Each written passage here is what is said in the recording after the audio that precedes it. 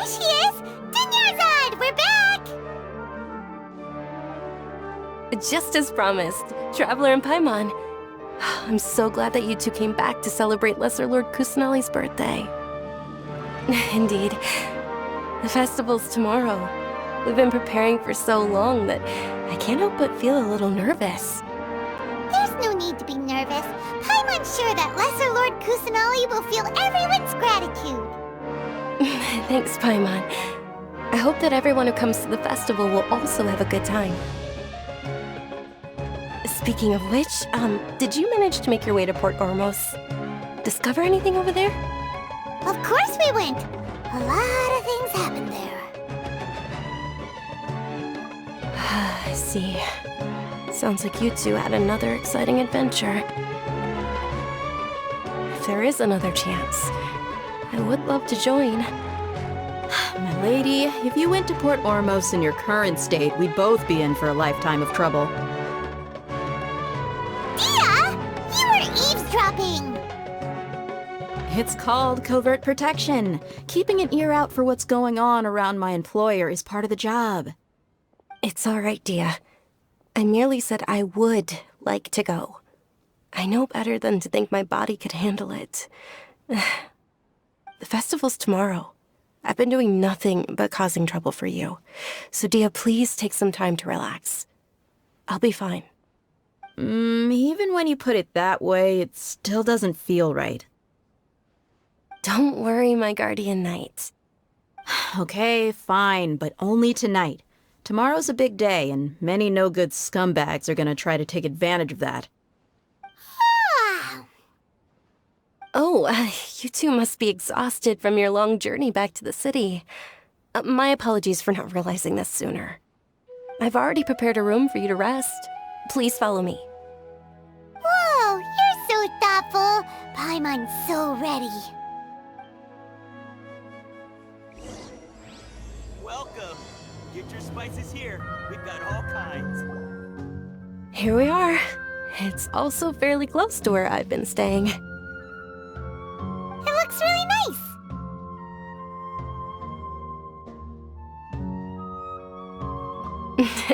Not at all. Just tell me more about your adventures when you next get the chance. That's Paimon's specialty. Paimon can tell you stories next time. Oh, if you don't mind, how about we all walk around together tomorrow? All of my friends will be working the festival, and Dia is still insisting on her covert protection. Yeah, it'll be pretty hard to relax and enjoy the festival if Dia's constantly hovering over you, right? Then let's meet at the nearby bazaar first thing tomorrow morning.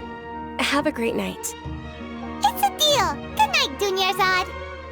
I may be too excited to fall asleep tonight. See you tomorrow. Paimon's starting to really look forward to the Sub-Zero festival too. Will there be lots of yummy food? Oh no. Thinking about food is just gonna keep Paimon up all night. The earlier we sleep, the better. Let's go inside, traveler. Did we oversleep? We should go meet Dunyarzad right away. Traveler, Paimon, I've been waiting for you two. Good morning, Dunyarzad.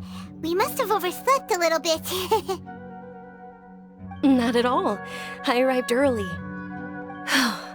Today is finally here. I must cherish every moment as if it were gold. You've worked so hard for this day. You gotta enjoy it to the fullest.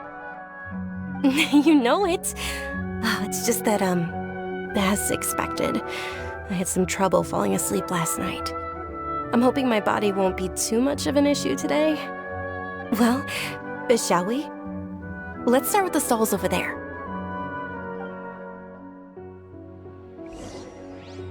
Many vendors came out of the blue to support the event, and they insisted on covering costs themselves. Let's go give them some business. They paid for everything out of pocket? Oh, sounds like they're not in this just for the Mora. They all said that contributing to a lively festival atmosphere is more important than money. Especially since we don't often get to celebrate Lesser Lord Kusanali's birthday. Ooh, they're selling food over This is a stall offering foods from the Haftmewa feast. Oh, you could tell straight away. I thought most people nowadays wouldn't know. Mushrooms, flowers, and all kind of fruit? It's all vegetarian stuff. Oh, Paimon's a little disappointed. So, what's the Haftmewa feast you mentioned just now? It's another Sub-Zero's festival tradition. People used to set their tables with 7 different foods. Generally speaking, the most common selections are foods like Rukashifa mushrooms, lunar lotuses, Sumera roses, sunsetias, kapalatas, hara fruits, and zaytun peaches. So, the Sub-Zero festival is a vegetarian holiday? You don't have to be a vegetarian to enjoy the spread. We just use the 7 foods to symbolize the 7 virtues of the Dendro Archon. Wait, but if that's the case, if Sumero uses vegetarian food to represent the Dendro Archon, then wouldn't the Pyro Archon's festival be full of food like roasted fowl, juicy meatballs, grilled steak? Oh, Traveler, we have to go to Natlan as soon as possible! I hope your wish comes true one day, Paimon. Thanks! Alright, how about we also check out some of these other stalls?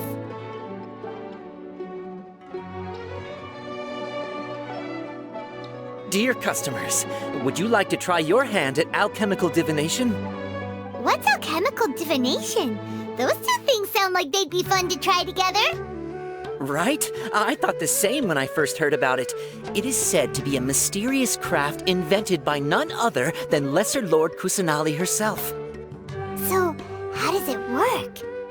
It's quite simple. After you give me any 2 alchemical reagents, I'll use them to perform a random transmutation. Sure sounds random.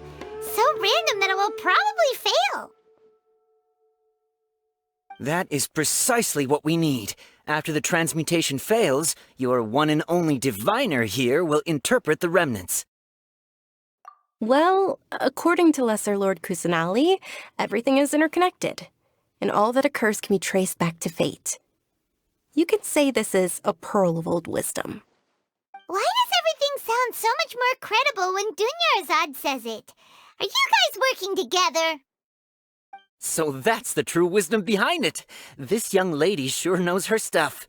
So, how about it? Want to give it a try? Okay, one moment.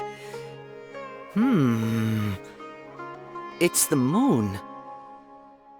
Paimon wants to take a look too.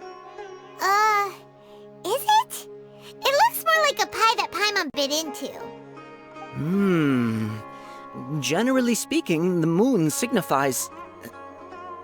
It means... Wait a moment. Is he really looking it up in a book? Oh, I remember now. It means illusions and lies. Illusions and lies? That sounds rather ominous.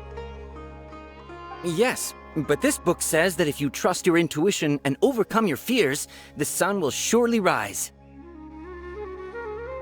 He's not even trying to hide his book anymore.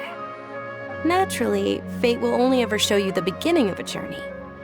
It is up to you to forge your own ending. Oh, thank you so much. I'll keep that in mind. Oh, it's nothing. I'm just learning as I go.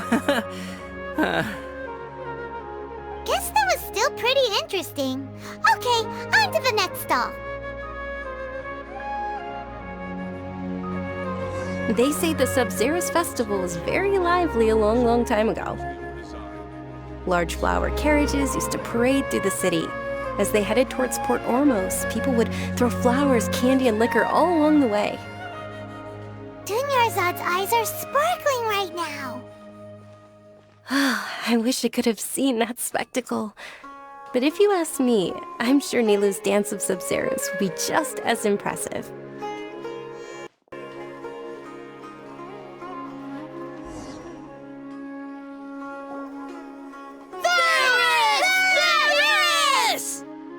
Attention! Soldiers, fall into formation if you want any Yalda candies.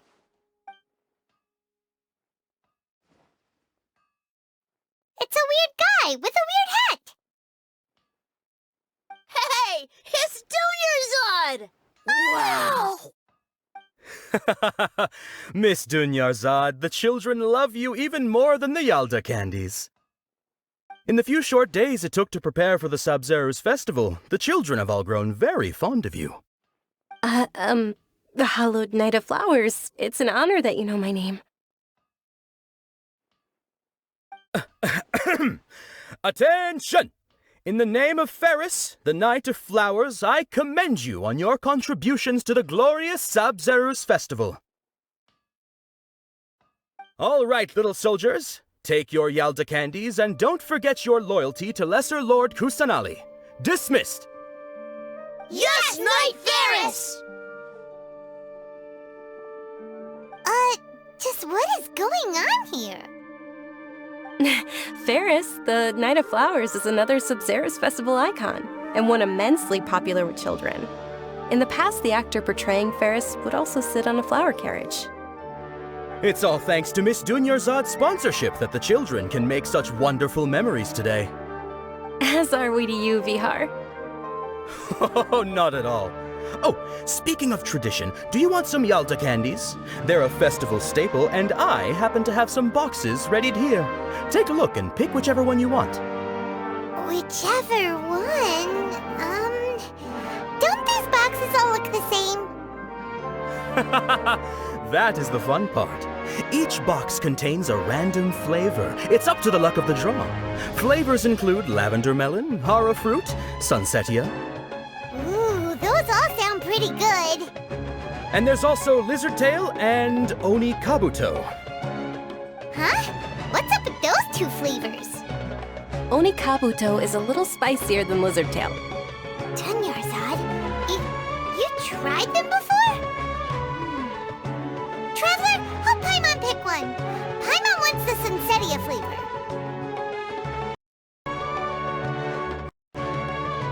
It's all right. Paimon believes in you. I also believe in your intuition. Great! These boxes of candy are numbered 1 to 5 from left to right. Which one do you want?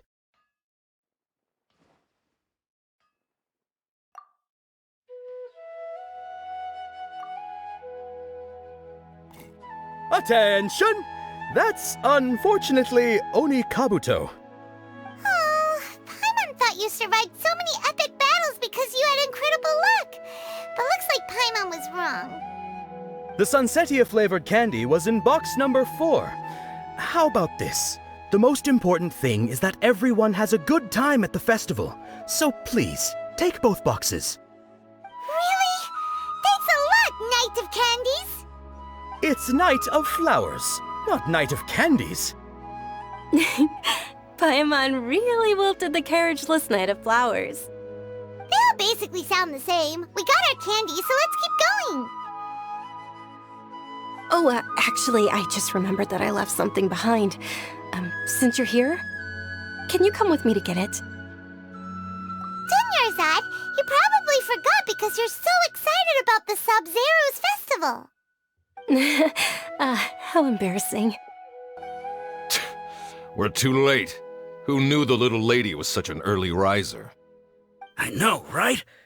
Hey, wait a minute. Pause! Isn't that her? Oh, that most certainly is. We're in luck. She's walking right into our clutches. Those Eremites don't look like they're up to any good. Who are you? I don't believe the Homayanis hired you. That's right. We haven't received any of their mora, but I wonder how much the Homayanis would shell out to get you back.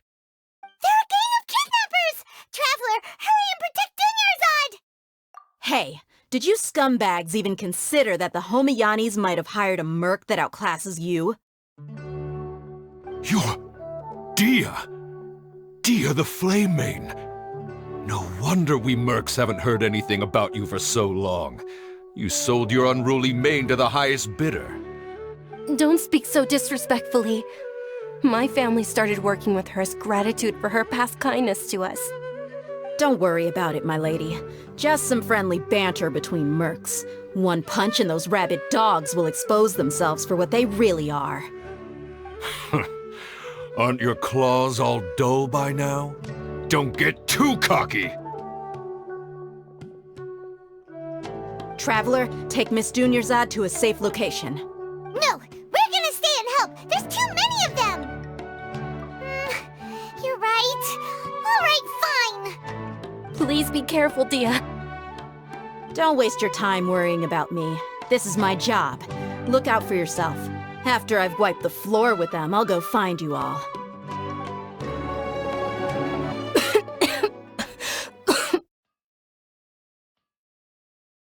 Dunyarzad, are you okay? You look a little pale. Are you in shock? I'm fine.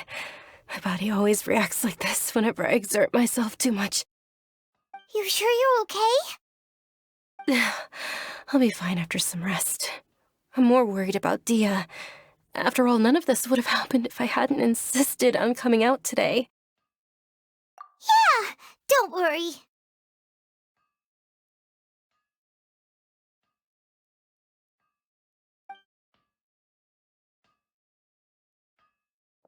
My lady, Traveler, found ya. Dia! You took care of them so fast! Any more of them? Or rather, did anyone follow you? Dia, your arm! Oh, this? I'm fine. It's just a scratch. Normally, they wouldn't have been able to land a hit on me at all, but I'm still getting used to this new greatsword. Please, let me take a closer look. Come on, it's nothing. Us mercs aren't as fragile as you think. Hold on, you said something about a new greatsword.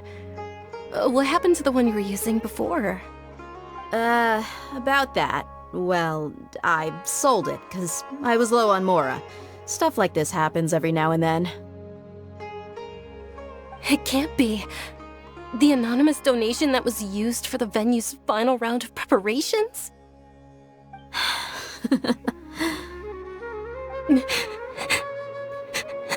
Hey, Miss Dunyarzad, I wasn't trying to make you cry, and I'm not gonna lose my commission because I made my employer cry, am I? Okay, making your employer cry won't affect your commission, but selling her weapon without permission and getting hurt? I'll have to reevaluate your performance. You're so unreasonable, my lady. Thank you very much, Dia. Don't be like that. I get embarrassed really easily.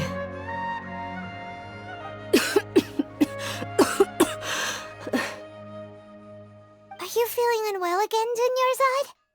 My lady, your condition. Traveler, can you take her somewhere to rest? I'll look around the area to make sure we're safe from an ambush. Truly, I'm sorry for the trouble, everyone.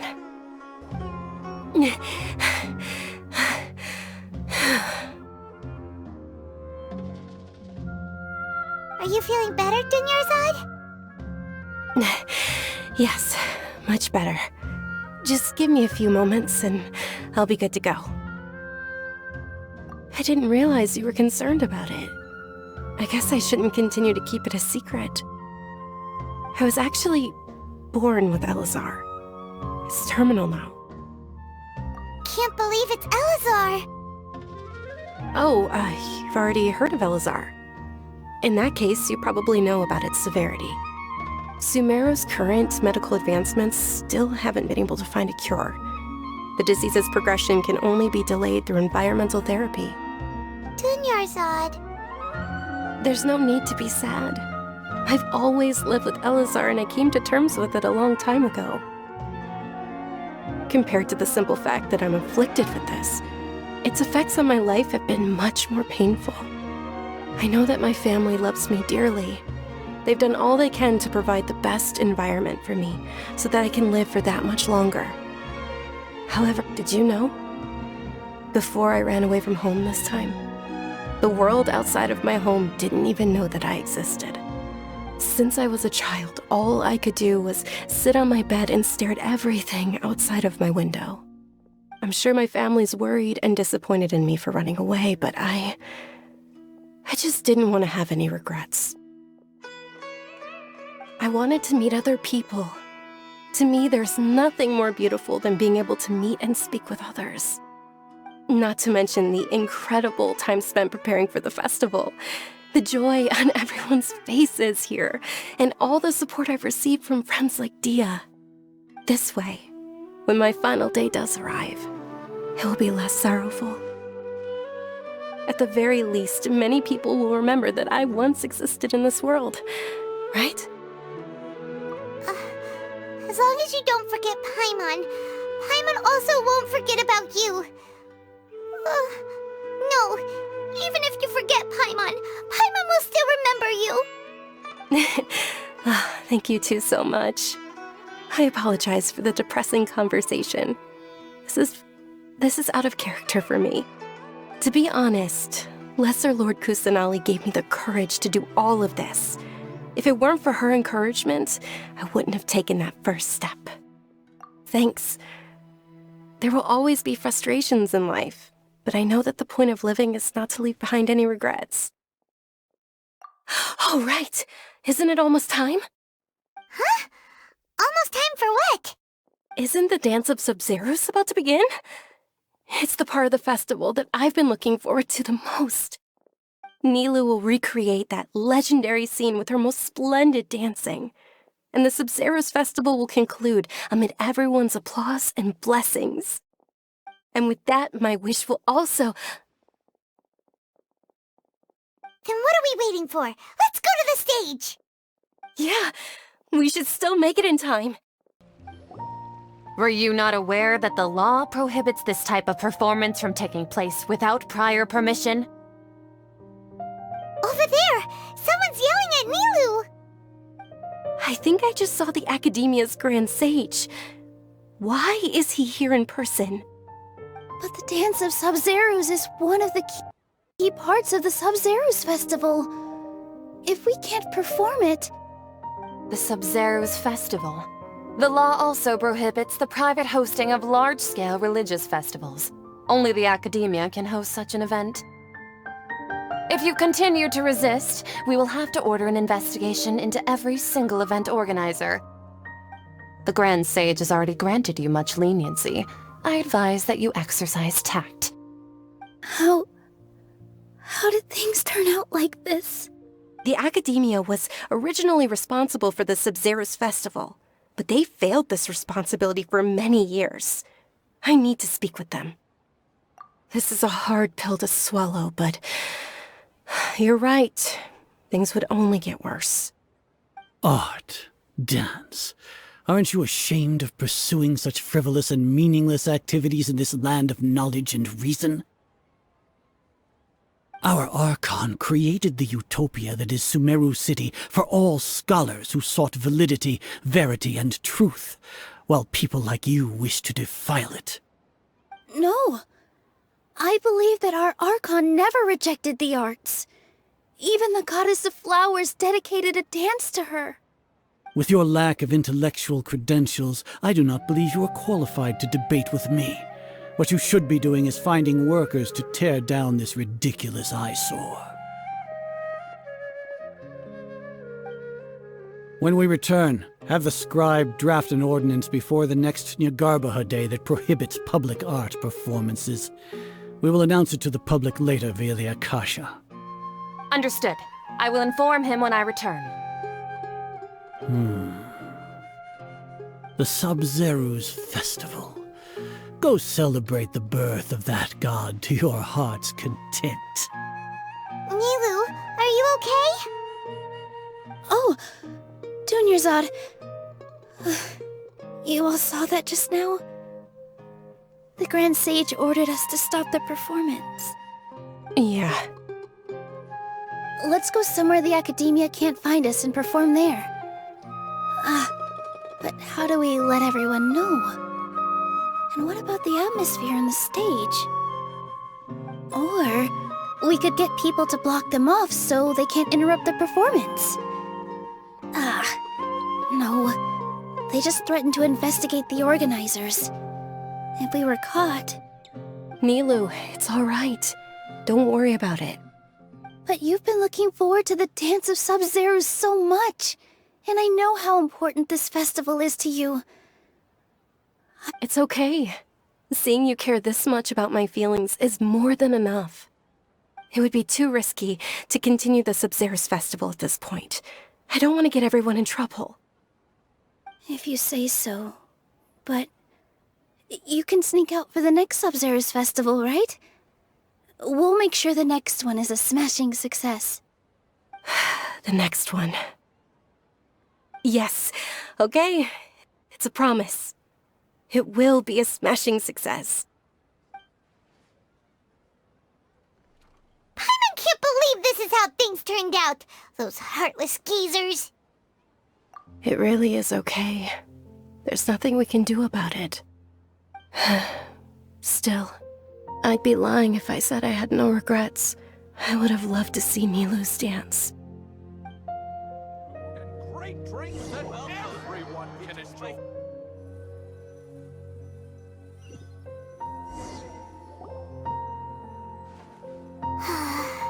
A lot happened today. It's a shame the festival ended the way it did. Nilou and Dunyarzad promised to make the next Sub-Zero's festival a success, but Dunyarzad is running out of time. Yeah.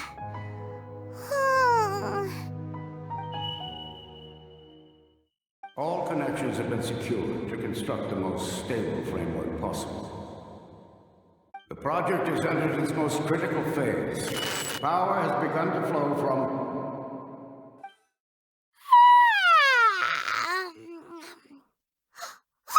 We're gonna be late! It's all because you wouldn't get out of bed! We should go meet Dunyarzad right away! Good morning, Dunyarzad. Sorry we're late. Not at all. I arrived early. You seem kinda tired. Did you not get enough sleep? I'm doing well. There's no need to worry. Shall we go? Let's start with the stalls over there. Sure! Traveler? Why are you just standing there? Let's get going!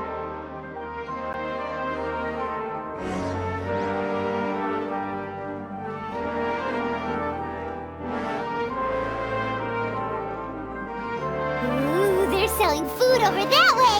Let's go take a look!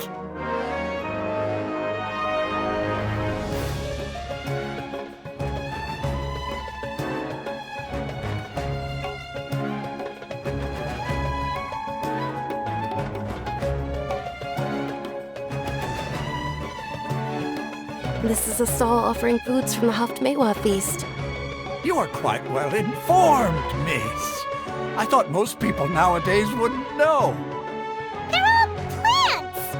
Oh, Paimon's a little disappointed. Actually, what is the Haftmewa feast you mentioned just now? It's one of the Sub-Zero's festival's traditions. People used to set their tables with 7 different foods to symbolize the 7 virtues of the Dendroarchon. Remnants appear to be in the form of the moon. Really? Paimon thought it looked like some kind of food. The moon signifies... It's escaping me for now. Wait a moment. Is he really looking it up in a book? Oh, right. It means illusions and lies. But if you trust your intuition and overcome your fears, the sun will surely rise. Understood. I'll keep that in mind. Oh, it's nothing. I'm just learning as I go. Guess that was still pretty interesting. Okay, on to the next stall. Ferris! All right, soldiers. Now that you have your Yalda candies, don't forget your loyalty to Lesser Lord Kusanali. Dismissed! Yes, Knight Ferris! What's going on? Ferris, the Knight of Flowers, is another Sub-Zero's festival icon and one immensely popular with children. It's all thanks to Miss Dunyarzad's sponsorship that the children can meet the Night of Flowers. Oh, do you want some Yalta candies? I happen to have some boxes readied here. Take a look and pick whichever one you want. What's to pick? Don't these boxes all look the same? It's not that simple. Each box contains a random flavor. It's up to the luck of the draw. Flavors include lavender melon, hara fruit, sunsetia. Ooh, how interesting. And there's also lizard tail and oni kabuto. Ugh, why do those flavors even exist? Traveler, help Paimon pick one. Paimon wants to eat the sunsetia flavor. Great! These boxes of candy are numbered 1 to 5 from left to right. Which one do you want?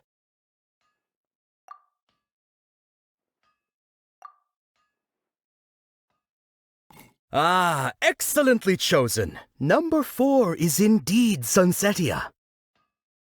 Ha ha! Paimon bet you had incredible luck, and Paimon was right!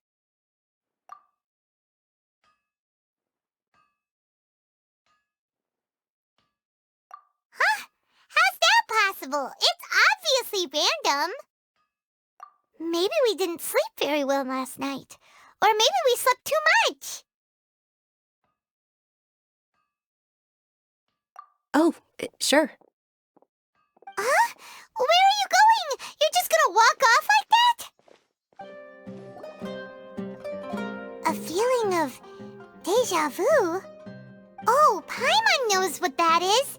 It's when you feel like you've already experienced whatever is going on. In that case, Paimon also felt something like that today. But that's just our brains playing tricks on us, isn't it?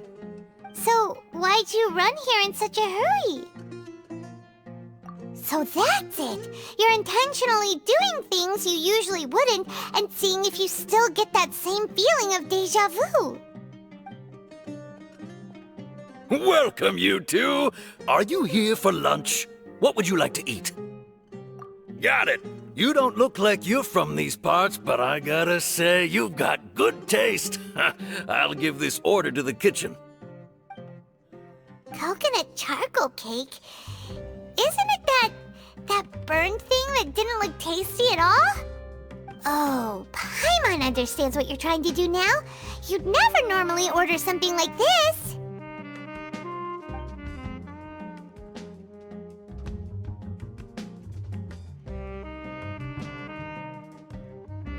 That thing? Are you really gonna eat it? Isn't this going a bit too far?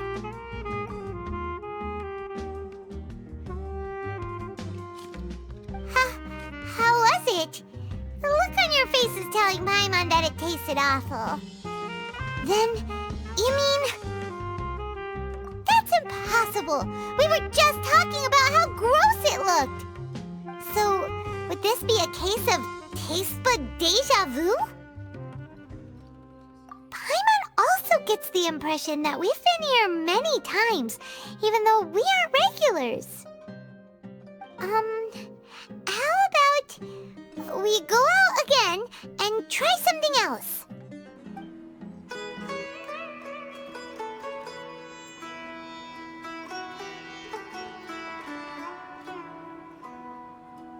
Hey, Dunyarzad is sitting by herself on that bench over there.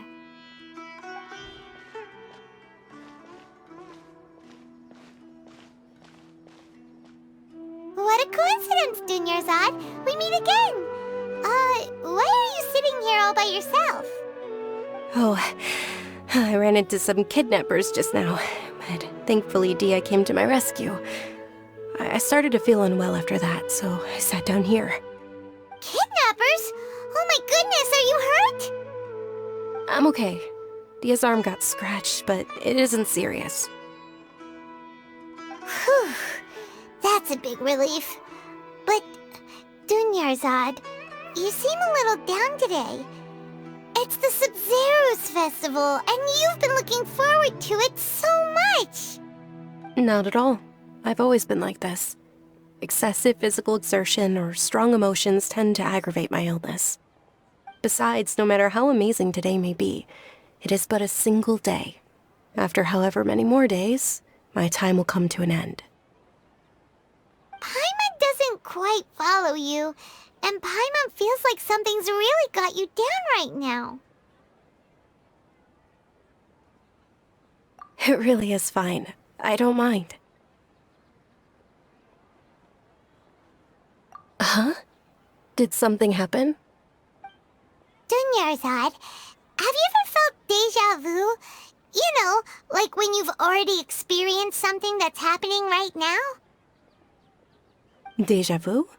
No. But my days have been the same for years now. Even if I were feeling deja vu, I suppose I would already be used to it. Oh, Paimon sees. Then, is it only the two of us? It's almost time. Huh? Time for what? Nilou's Dance of Sub-Zeros is about to begin. Let's go.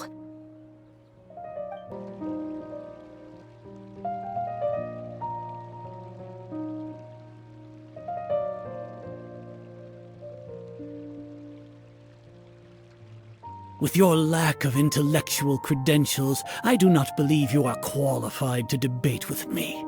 What you should be doing is finding workers to tear down this ridiculous eyesore. When we return, have the scribe draft an ordinance before the next Nyagarbaha Day that prohibits public art performances. We will publicly announce it later through the Akasha. Understood. I will inform him when I return. The Sub-Zero's festival. Go celebrate the birth of that god to your heart's content.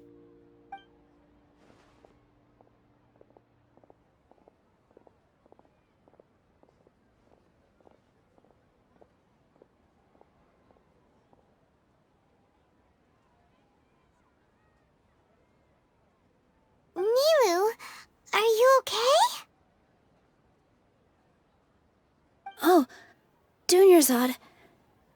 The Grand Sage ordered us to stop the performance. It's okay. There's nothing we can do about it. But you've been really looking forward to this. I don't want you to have any regrets. It truly is unfortunate, but I don't want to cause trouble for anyone. Didn't the Grand Sage say that he might investigate the organizers? True, but... Well, okay. I'll just have to try again next year. The next festival. I probably won't be around by then. Wait, what did you just say? No, nothing. I'll be heading back to rest. Thank you for your help, everyone. Paimon can't believe what those heartless geezers did!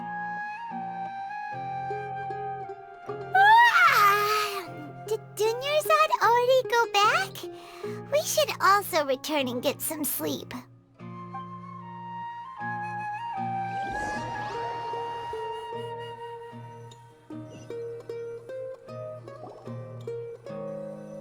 So, in the end, you still couldn't figure out what that deja vu feeling was all about? Maybe it really was because of exhaustion. Same here. That's why Paimon stopped thinking about it halfway through the day. Then, how about we settle in and get a good night's sleep? For now, we can chalk things up to exhaustion. We can do more thinking tomorrow. Observing a modest drop in the output of jnana energy, but values still remain within normal parameters. Continue to monitor the variances in the data and find the cause as soon as possible.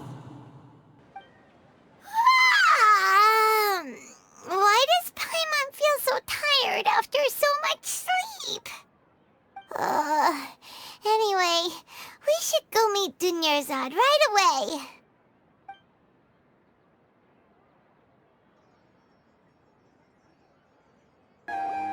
Good morning, Dunyarzad. Sorry to keep you waiting. Not at all. I arrived early. Huh? Paimon thinks you sound kinda tired. Did you not get enough sleep? I'm doing well. There's no need to worry. Shall we go? Let's start with the stalls over there. Great idea! Let's get going! Traveler? Hey,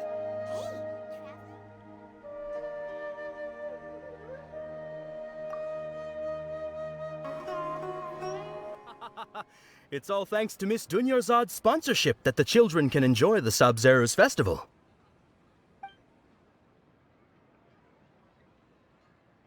Oh, are you interested in Yalda candies? I have some boxes of candy here. Pick whichever one you want. Not much of a choice. All these boxes look the same. It's not that simple. Each box contains a random flavor. It's up to the luck of the draw. Flavors include lavender melon, hara fruit, sunsetia. They all sound pretty tasty. And there's also lizard tail and oni kabuto. Huh? What were those last two? He'll help me choose. Paimon wants to eat the sunsetia flavor. No problem. These boxes of candy are numbered 1 to 5 from left to right. Which one do you want? Oh, I like your confidence. No hesitation at all. Oh, congratulations! Number 4 is indeed sunsetia.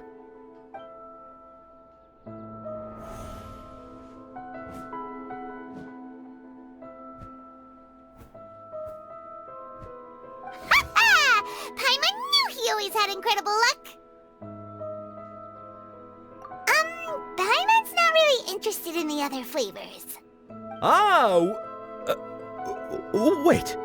How did you know? Don't tell me that you already knew which flavor was in each box. What? He was right about all of them? That couldn't have been luck. How is this possible? I packed all those boxes this morning and they've been sealed ever since. You couldn't have known beforehand. Mind reading? X-ray vision? Or some kind of magic trick? This is way too freaky. Tell us what's going on. Since when did you get superpowers? Traveler?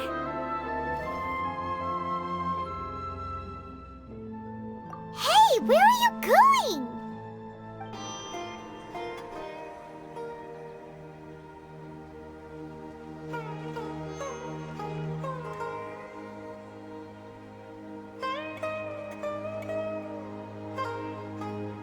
What are you looking for?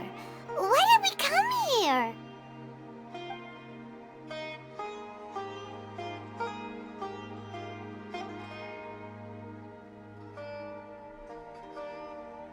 Traveler?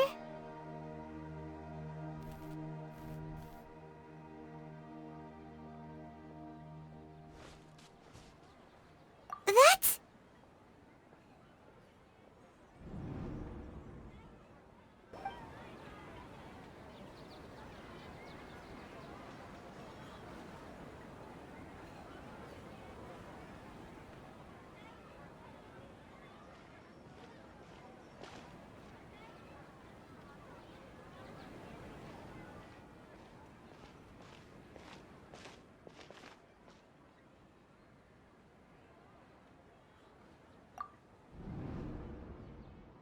Look! That's... Isn't that Dunyarzad? What's happening here? Why are there 2 Dunyarzads? You already know that this isn't your first Sub-Zero's festival, don't you? I'm sure you already know how to use this. A knowledge capsule? Where did you get it? What's inside? You should use it too, Paimon. You know Paimon? Well, this seems kinda sketchy, but Paimon feels like this is what we should do.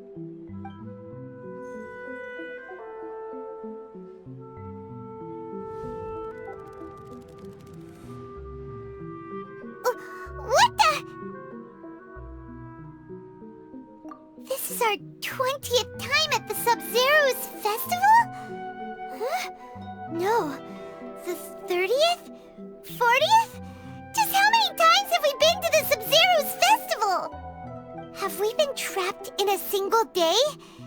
If it weren't for you, we wouldn't have even realized. What the heck was inside that knowledge capsule? Your memories are still scrambled? Try your best to remember. This isn't the first time we've met, and I answered that question a long time ago. Let Paimon think. Oh, it's coming back.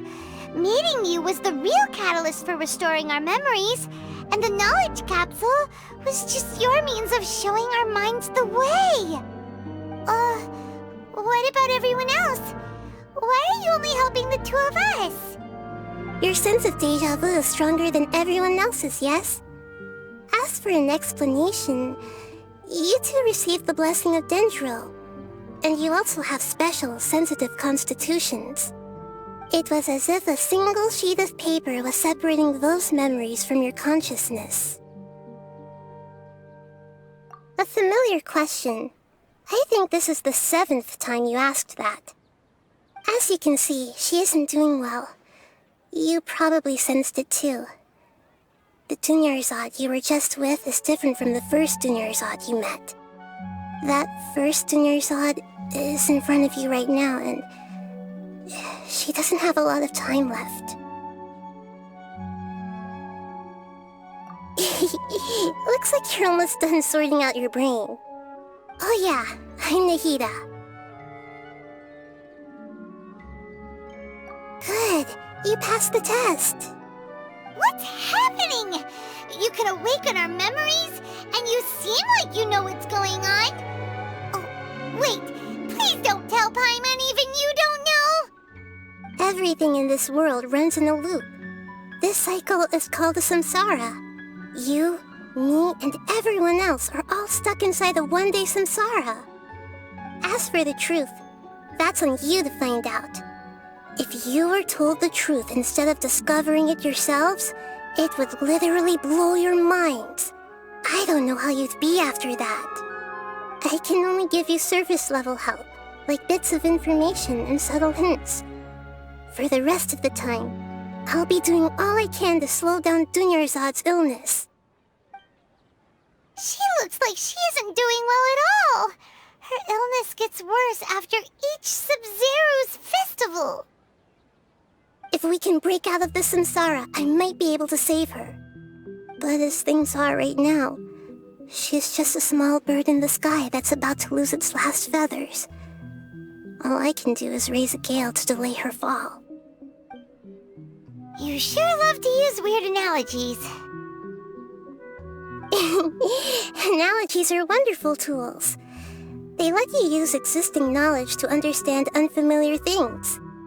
Okay, so, with what you know so far, what do you think the truth is? We've already experienced the Sub-Zero's festival many times, and the day of the festival seems to be in a perpetual samsara. The Grand Sage said, "Go celebrate the birth of that god to your heart's content." Did he mean something more? The moon, illusions, and lies. What do they all mean? What's happening right now seems to have happened before. This feeling has been getting stronger and stronger. That should be it. The flow of time is endlessly cycling within one single day. My mind feels exhausted. Even the... A time loop. You've given similarly wrong answers in the past. A pity. Still the wrong answer? Paimon thought that made a lot of sense. It feels like time's just repeating itself. A simple time loop can't explain some of the phenomena. You two are still missing a lot of information. Unfortunately, I can't give you any more hints.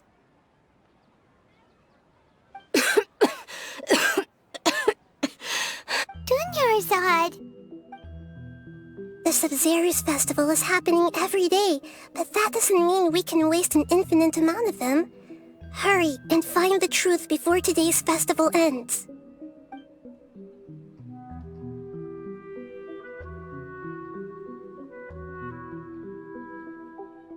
Let's think about our current situation. To save Dunyarzad, we have to escape the samsara of the Sub-Zero's festival. And to do that, we need to figure out what's happening. The truth. Nahida rejected the idea of a time loop, so we must have missed something, right? Paimon's memories say that we've already done this many times, but let's go talk to people again. It's more productive than sitting here and scratching our heads. Why don't we start with those stall owners? Hey there! Hey, it's you guys again. Where's your cultured friend? She's feeling a little unwell. I see. Did you come back to buy something? I guarantee the freshness of my products. I harvested them from the forest just yesterday. Huh? What brought this about? I hurried back from the forest yesterday, and I'm selling produce here today. I haven't felt anything strange. To put it another way, if you really think about it, was yesterday truly yesterday? Did you actually come back from the forest yesterday? What kind of philosophical nonsense is this? Are you two daydreaming? Didn't you know that no one dreams in Sumeru? Go somewhere else if you want to find someone to daydream with.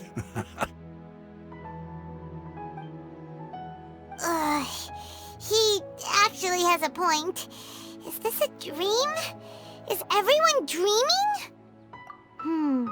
True. It's so weird that people here don't dream. Why is that? Anyway, if this all really were just a dream, we would have woken up a long time ago. Let's keep asking around. Oh, it's you two. Was my divination so accurate that you felt compelled to compliment me in person? Ooh, I knew it! I told you, the god's divination is highly accurate. You just hadn't fully understood its significance yet. You're really excited about this, huh? That's exactly why we came back. Help us better understand it. Help you better understand it? Well, that isn't exactly what I excel at. So, you're admitting that you don't have a clue? Anyway, what kind of situation did you get into? Huh? Hold on a second. I thought you guys just lost your wallet or fell for a scam. What you just said, are you serious? Does that kind of thing actually happen in real life? Paimon knew you weren't going to believe it. Marvelous. Truly marvelous. I believe you. Recall the interpretation of your divination. The moon, illusions, and lies. It really felt like an omen. When you say it like that, the divination does sound like it's related to what's going on.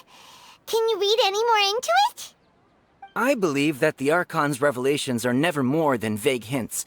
Anything more specific is beyond the reach of mere mortals.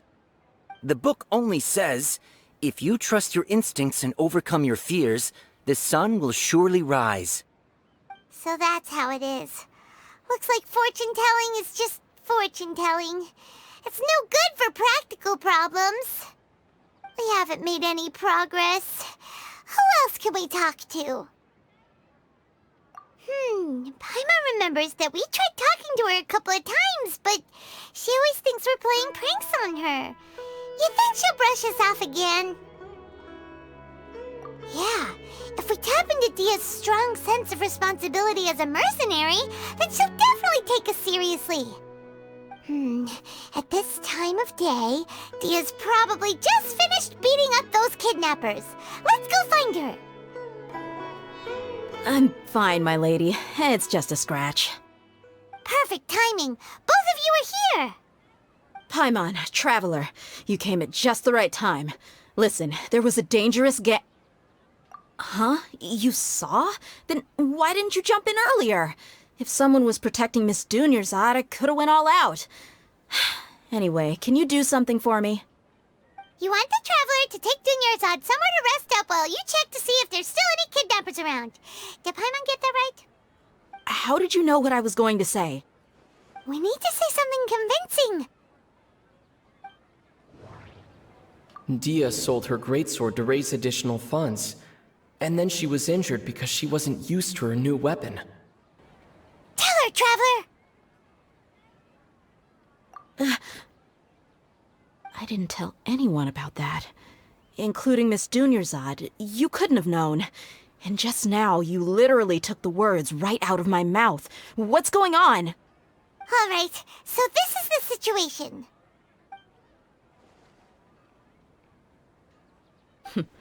It's kinda hard to believe what you just told me. First, let me make something clear. Most of us desert dwellers might not be the scholarly type, but we do have basic common sense. She's quieter than usual. Uninterested in anything and really gloomy. Yeah, she isn't the same as before, but her parents said that this is how she was like at first. Huh? At first? I don't quite understand what you're all talking about. I'll go rest on the bench over there. My lady, are you angry? All right, I'll give you the benefit of the doubt since you knew about my greatsword.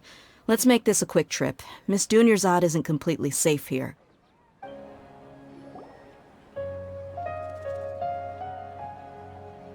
Nahida! We brought a friend! Are you busy?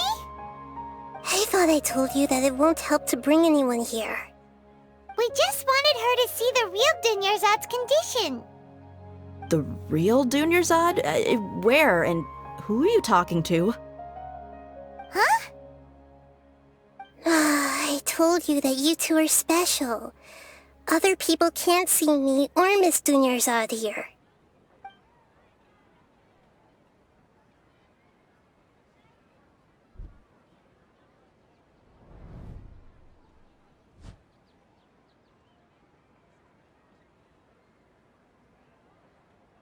Hold on. Over there. Is that? Wow. How perceptive. Does she have invisible antennae? Miss Dunyarzad, she's lying down here, isn't she? How's she doing? Her condition's really bad, and she's basically in a coma. How did you know she was here? I can sense her aura. There are also lingering feelings of something like regret or disappointment. What happened? Do you believe us now? The Sub-Zero's festival has been repeating itself. So, you think the sages are behind this? Yeah, they've always been against us. Wouldn't surprise me if they're using the Akasha to intentionally repeat the Sub-Zero's festival as a sick joke. You have a point. Aside from the Dendro Archon, the Academia's sages are the only ones in Sumeru who could pull off something like this. Maybe there's more to the Akasha than we know. Right! Didn't you awaken our memories using something that looked like a knowledge capsule? That means you must know something about the Akasha! The Akasha relies on the power of a gnosis to operate, as it is the manifestation of the God of Wisdom's power. It compiles the wisdom of the entire populace, and it grants knowledge to the people. A gnosis could do that? No wonder the Akasha is so magical. It's being powered by the gnosis of Sumeru's Archon. So, this Nahida you mentioned, what did she She said, and Paimon quotes, The Akasha relies on the power of a gnosis to operate, as it is the manifestation of the God of Wisdom's power. It compiles the wisdom of the entire populace and it grants knowledge to the people. Compiles the wisdom of the entire populace and grants knowledge to the people. Wait. I get the grants knowledge part. That's what people have always used the Akasha for, but compiling the entire populace's wisdom? How does that work? Did she mean that the sages enter new knowledge into the Akasha? Oh yeah, that sounds about right. What do you think?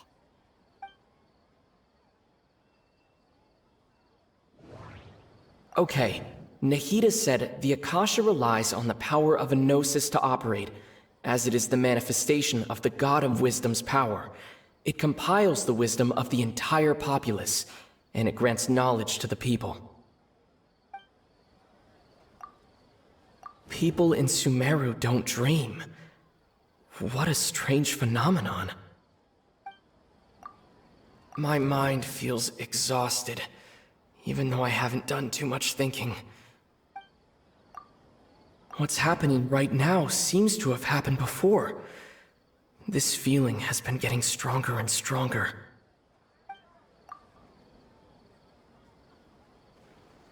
You mean the Akasha is causing our mental fatigue? Now that I think about it, my head's been feeling unusually heavy. When the desert dwellers set off on their quest for knowledge, a sage once said, knowledge always comes at a price. Compiling the entire country's knowledge. You think the Akasha pulled a 180 and is extracting information from us? Who knows? The Akasha can put knowledge into our heads, so who's to say that it can't also poke around in there? We don't know any specifics. What's the point of doing something like that? Just think about it. If you could combine the knowledge of every single person in Sumeru, then you can basically turn Sumeru City into a single massive brain. This hive mind could make breakthroughs in problems that even the smartest geniuses can't crack. An excellent deduction. And the analogy comparing Sumeru City to a massive brain? I love it. In that case, we should take off our Akasha terminals right away. Maybe that'll solve this problem. Yeah, I was only wearing this for show in the first place.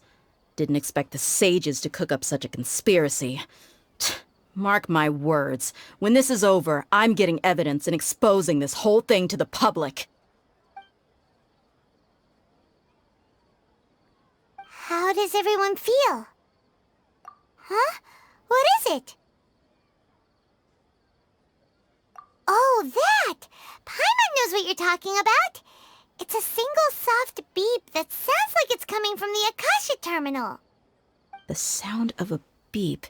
Could it be a prompt tone for when the Akasha is operating? That's probably an important clue. We weren't using our terminals, but we heard a beep anyway.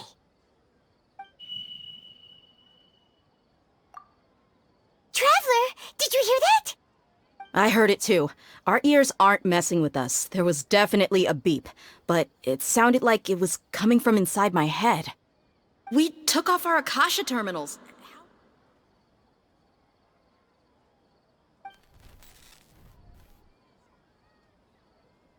Phase runtime has exceeded its expected length. At this rate, there may be casualties. But we cannot lose all of our progress.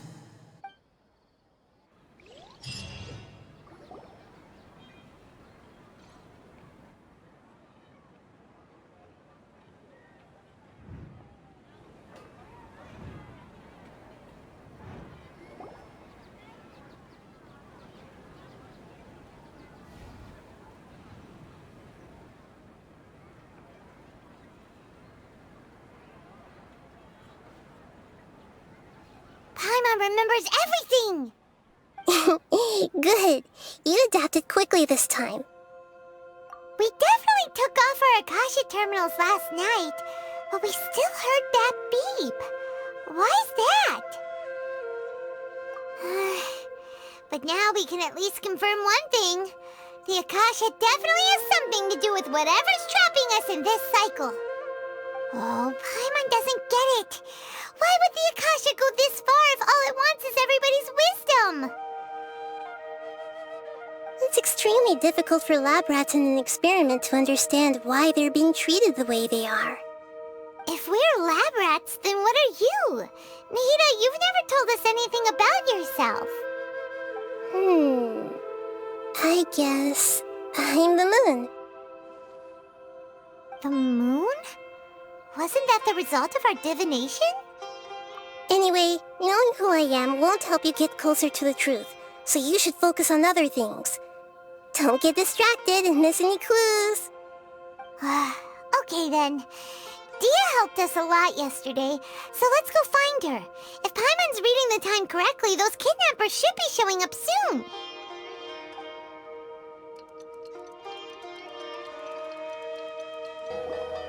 Ah, there you are. I've already taken care of those kidnappers. My lady, did you get hurt? Dia?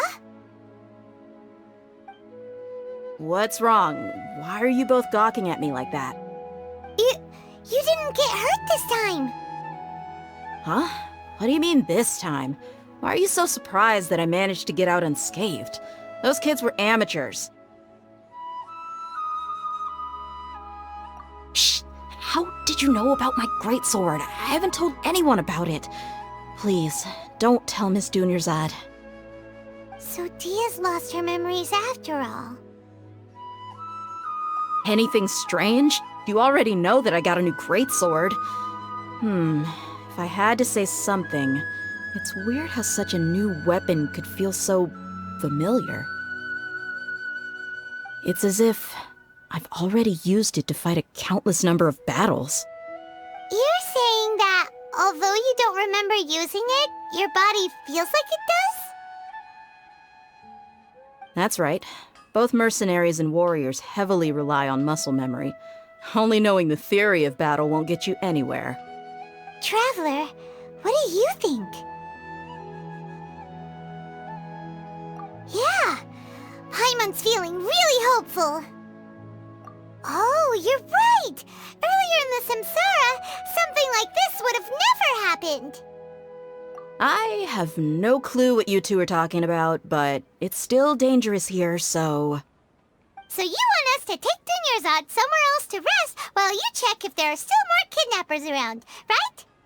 How did you know what I was gonna say? Can you read minds? Forget it. Go and do your thing.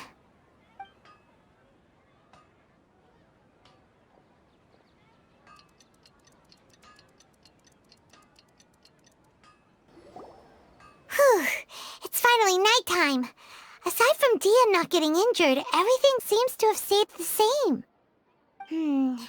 Listen, Nahida, we found out that Dia got out just fine today, even though she got injured every other time she fought the kidnappers.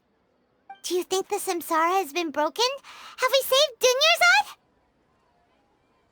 Really? Good job on all that progress. Get some good sleep tonight.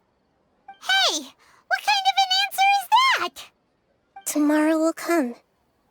Everyone assumes this is common knowledge, but the only way you can know that for sure is if you experience tomorrow. How many todays has it been?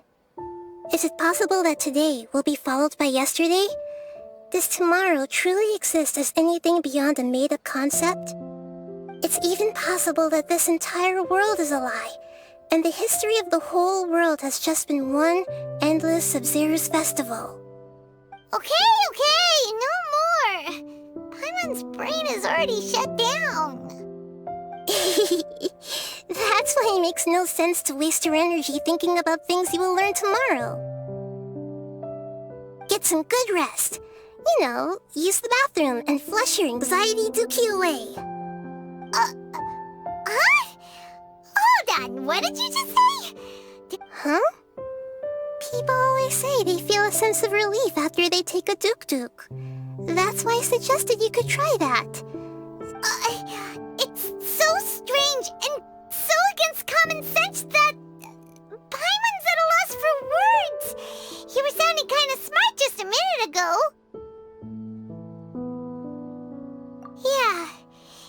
it's happy and lively at the Sub-Zero's festival every day, it feels like it's been a long time since we've really gotten to relax. Let's go back to our room.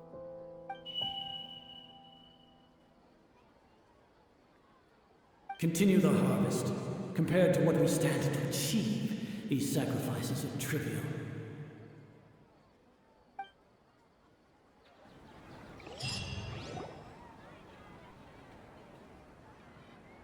We're still in the same day! Nahida, you already knew last night that we didn't break out of the Samsara? Why did you tell us? Would there have been a point? You would have spent the night with new worries, with tomorrow still out of reach. In that case, you might as well rest within that brief moment of hope. An opportunity like that doesn't come by often, and I thought it might help you clear your minds. Paimon thought that Duke did that! Whatever. Guess you were looking out for us after all. Of course. In the time we've been together, you two have been everything to me. Paimon's flattered and everything, but maybe you're taking things a little fast. What I mean is, even though I had asked you to solve this puzzle, you two are still the only ones who can see me and sense my presence. In other words, if you weren't here, I may as well not exist. That's why you two have been everything to me. Get it? Nahida's talking about confusing stuff again. Anyway, that's enough chit-chat. So, Traveler, did the new clues yesterday help you gain a new understanding of the situation? Huh? Why are you scrapping your previous theory? Oh yeah, you're right! Gosh, how did we not notice that? In a simple time loop, people's physical condition should also reset. So, what's your new hypothesis? We've already experienced the Sub-Zero's festival many times, and the day of the festival seems to be in a perpetual samsara. Okay, Nahida said the Akasha relies on the power of a gnosis to operate, as it is the manifestation of the God of Wisdom's power. It compiles the wisdom of the entire populace, and it grants knowledge to the people.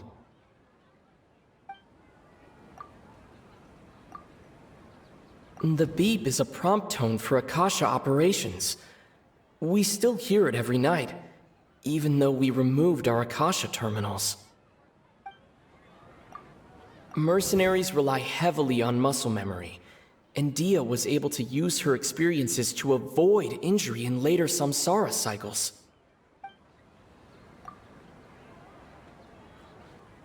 The moon, illusions, and lies. What do they all mean? If all our memories of a day are erased at the end of that day, then we would unwittingly relive the same day again and again. Oh!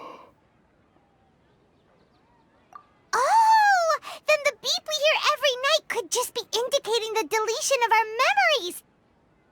That's why, when we wake up, everyone thinks the Sub-Zero's festival hasn't happened yet! It's already the next day, but everyone still thinks it's the day before! But muscle memory can't be erased. That's why Dia has been getting better at using her greatsword. Now everything makes sense! A brilliant deduction. Nahida, tell us if we're right or wrong. To put it simply, it's as if you've mistaken a pyro crystal fly for a firefly in the night. You lost sight of its true nature because you focused too much on your perception that it glows. That isn't simple at all! Why don't you go talk to Miss Dia again? You might learn something new. Right! She did help us find our latest clue after all. Let's go! There you are. Really took me a while to find you. As expected, Dia also didn't get hurt today. Get hurt? Why would I? Don't underestimate me. Well, you're still getting used to your new greatsword. Huh. Truth be told, I also think it's pretty strange. It just suddenly felt so familiar in my hands, and... wait a second! How did you know I got a new greatsword to begin with? I didn't tell anyone about it. Traveler, could you explain the situation to her today? Paimon's gotten a little sick of doing it. Oh, that works!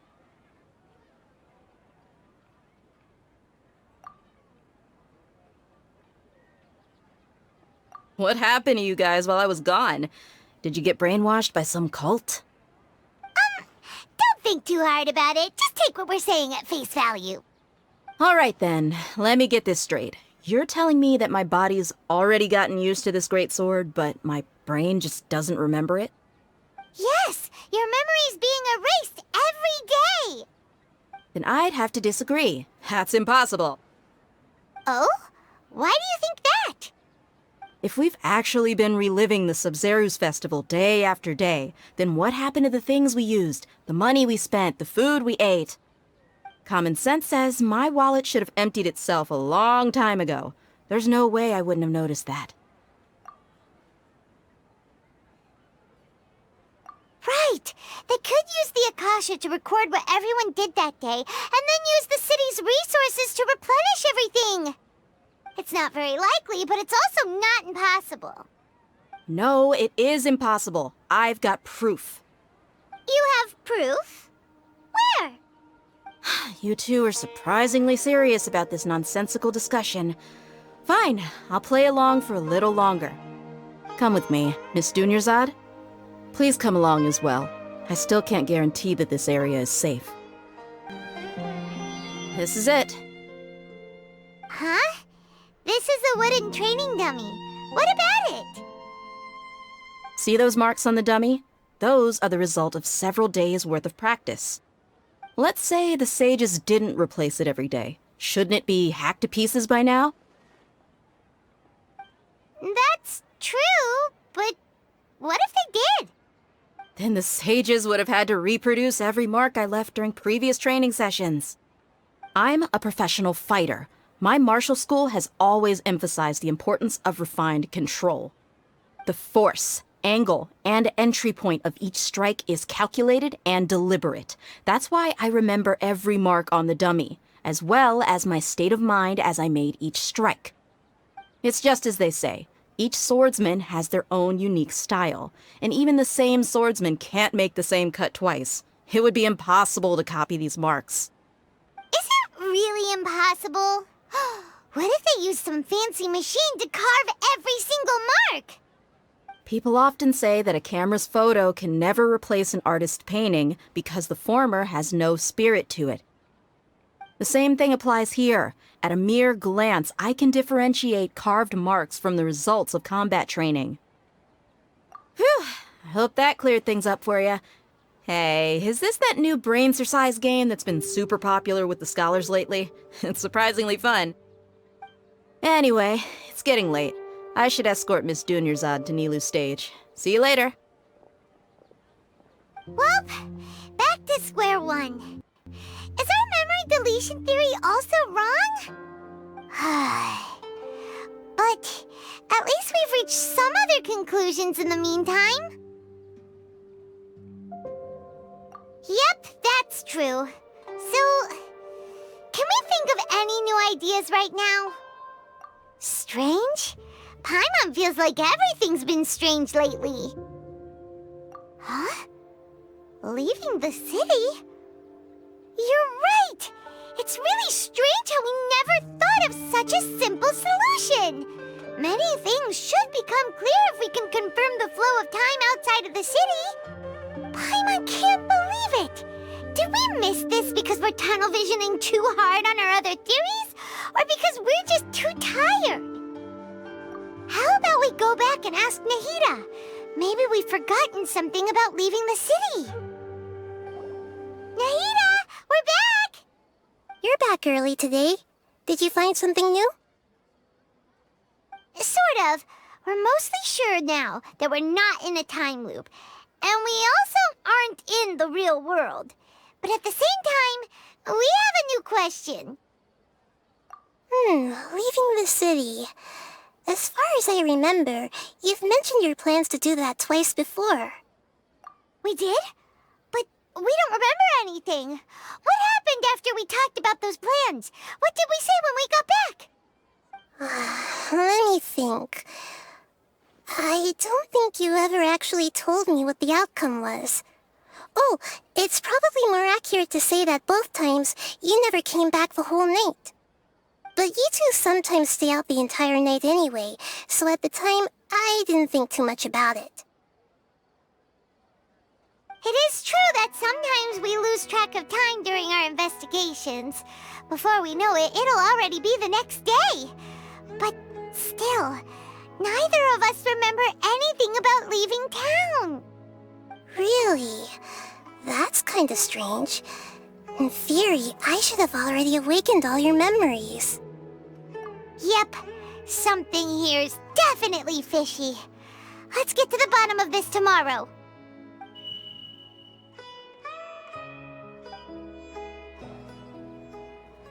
Our memories are back! About that. Well, where should Paimon begin? Traveler, aside from your memories that were just restored, I have another message for you. Listen to it and you'll understand. Can't go back. There are countless spaces here. Our Sub-Zeru's festival in Sumeru City is just one of them. Traveler, you should be missing 2 days' worth of memories. Paimon will fill you in. It's time to carry out our plan from yesterday. Okay, let's go! Why can't we leave the city? What is the Academia up to now? Don't ask me. It's not like I can tell you anything. This is a direct order from the Grand Sage. Just wait until tomorrow. I have a real emergency. My goods have already arrived at Port Ormos. If I don't hurry, they'll be stolen. That's your problem. Make sure you make a request in advance next time. But it's not like you can just predict business matters in advance. It looks like the Academia already announced a lockdown for Sumeru City today. How completely unsurprising. Let's go and question them. Hello, sir. Why can't we leave the city today? Here we go again. Don't ask me. I don't know either. We just received an order that no one is allowed to enter or exit Sumeru today. They didn't tell us anything else. Angering me won't get you anywhere. If I had that kind of insider info, I would have left this stupid post long ago. It looks like he really doesn't know. If we can't get anything out of him, let's take matters into our own hands. Why don't we climb over the walls? Those guards can't be everywhere at once. This is a good spot, and the guard hasn't noticed us at all. Let's hurry! Huh? Why? Are you going to leave Paimon behind? But what if things get really weird out there and you get into some trouble? Then Paimon won't be able to help you. Oh, Paimon knows that Paimon can't do much, but we've always been together, haven't we? Okay, Paimon will wait for you. Promise Paimon that you'll come back as soon as possible. Just a quick look. And please, be careful. Memories! Traveler!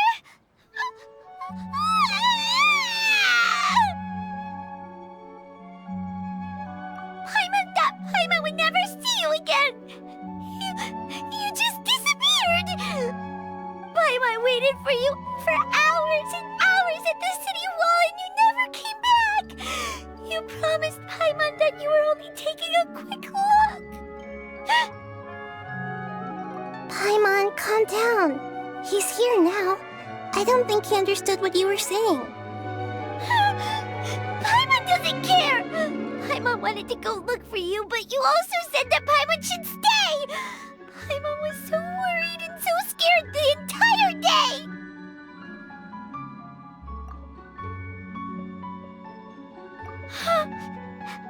Okay. Paimon will forgive you. The most important thing is that you didn't actually disappear.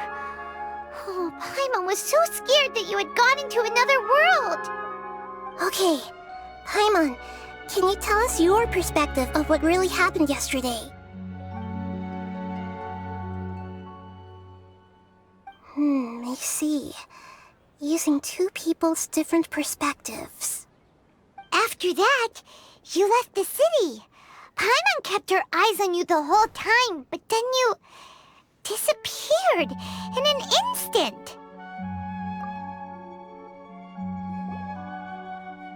No way! Paimon was watching you with the fullest attention. What's your perspective, Traveler? You sure you don't have any memory of this? I guess that explains everything. You also lost your memories the last 2 times you tried to leave the city. Those days' memories can't be awoken.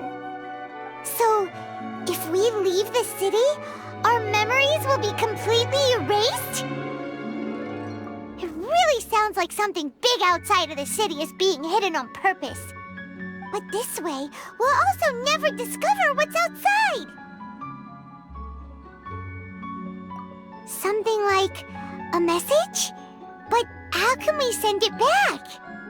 Don't look at me like that. I'm not used to being stared at. Well... Okay. You want something that can pass on messages, right? Give me some time and take care of Dunyarzad for me. Yep, now we're talking.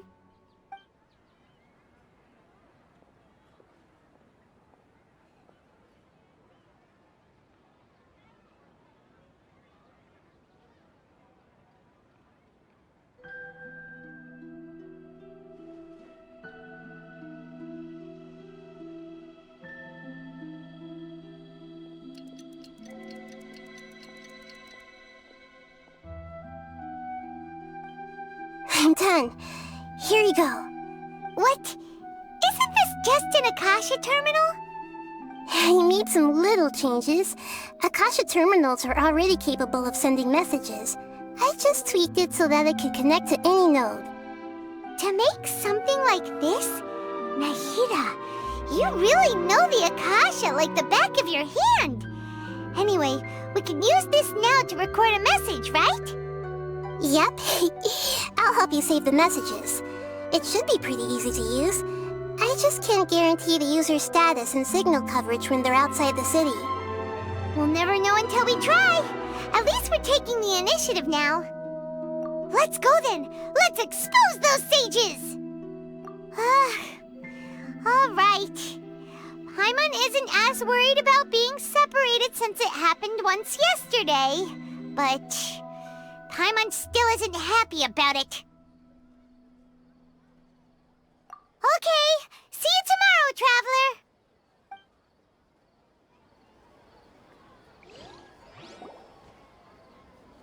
That covers everything that's happened so far. Yes, although the signal was choppy and had some interference, we still managed to receive 2 messages from you when you were outside. Okay, now that you understand what's going on, let's hear the messages together.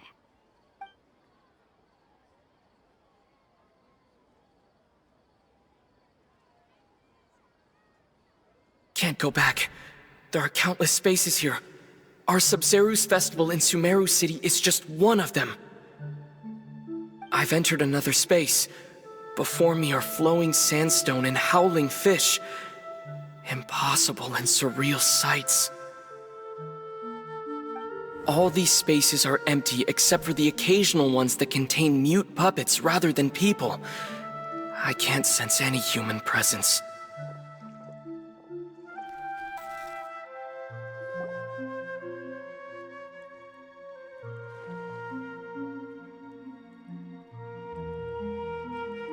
That's one heck of an info dump. It sounds like you left the Sumeru city space when you set foot outside of the walls. But everything looked completely normal when Paimon was looking out from the inside. That's unbelievable. And if we take your word for it, the other spaces all had very weird contents. There's another part here. I only received it last night.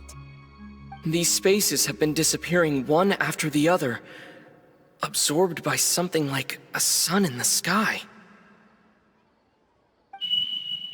And now, even the final space has also disappeared. Behind me, a lot of spaces just appeared again from thin air. I get it now! Those spaces are actually...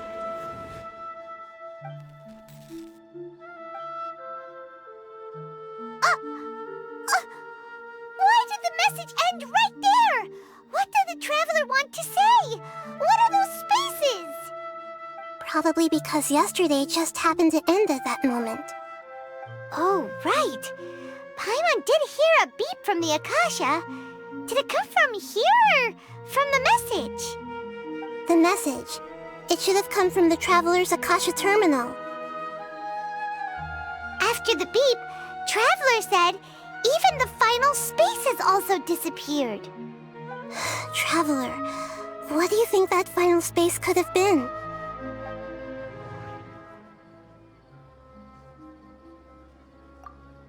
All the bizarre spaces I saw outside the city had one thing in common: a lack of human presence. Was that space actually the real world? But wouldn't a real space just randomly disappearing like that be catastrophic?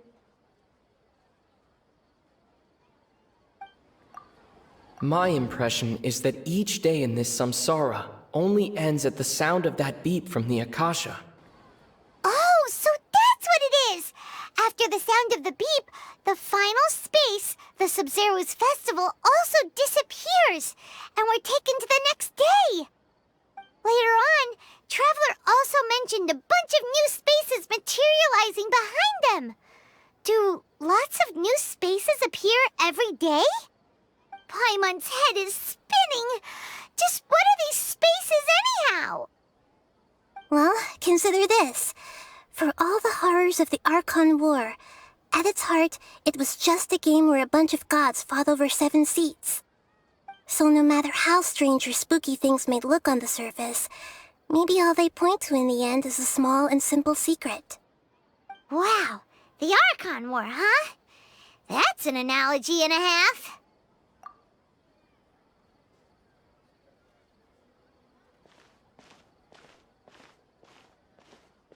Hey, where are you going? Do you want some alone time to think? All right then, Paimon won't disturb you.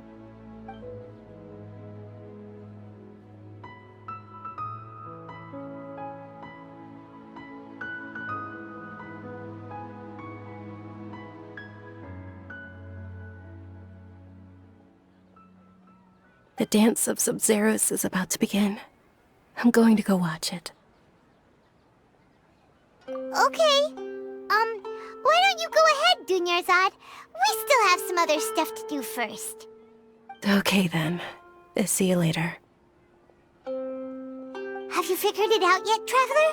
Time is ticking away. Awesome! What is it? Paimon wants to know. Oh, wait, no. Let's meet up with Nahida first. You can tell us both together. This time, we're gonna get to the truth. You're back. I've been waiting forever for you two. Judging by the looks on your faces, are you ready to take your Sub-Zero's exam and graduate from the festival? Okay. First off, have you discovered the hidden truth?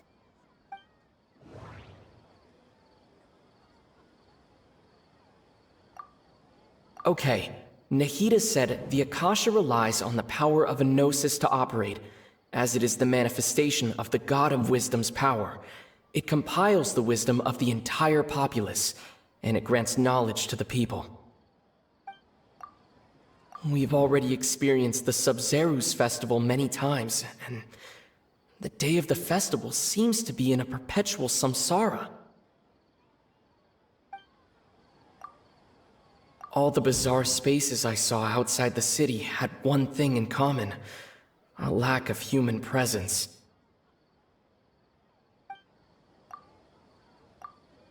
Those spaces remind me of dreams, like the one I had in the Avidia Forest, except these have no sign of human presence.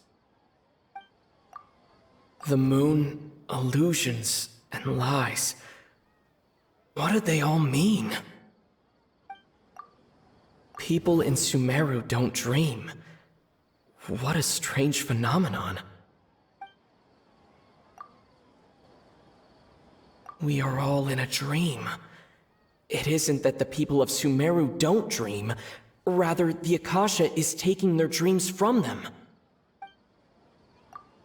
People in Sumeru think they don't dream, but the truth is the Akasha steals their dreams without them knowing it. And those spaces with no human presence are stolen dreams without their host. That would explain why they sounded so weird when he was trying to describe them. Huh. So people in Sumeru do dream after all. In fact, we're all in one big dream together right now. Correct answer. Now, how did you conclude that the Akasha is capable of this? The Akasha relies on the power of a gnosis to operate. It is the manifestation of the God of Wisdom's power. It compiles the wisdom of the entire populace. And it grants knowledge to the people. Oh, okay. Those dream-controlling creatures in the forest also get their power from the Dendro Archon, right? That would explain why the Akasha has the ability to control people's dreams, too. But is stealing everyone's dreams really how the Akasha compiles their wisdom? Isn't there anything more to it than that? Dreams are fantastical, complex, and full of imagination. People's brains are the most active when they're dreaming. In other words, dreams are rich bundles of human wisdom. So in other words, the complete opposite of how Hypatia understood it.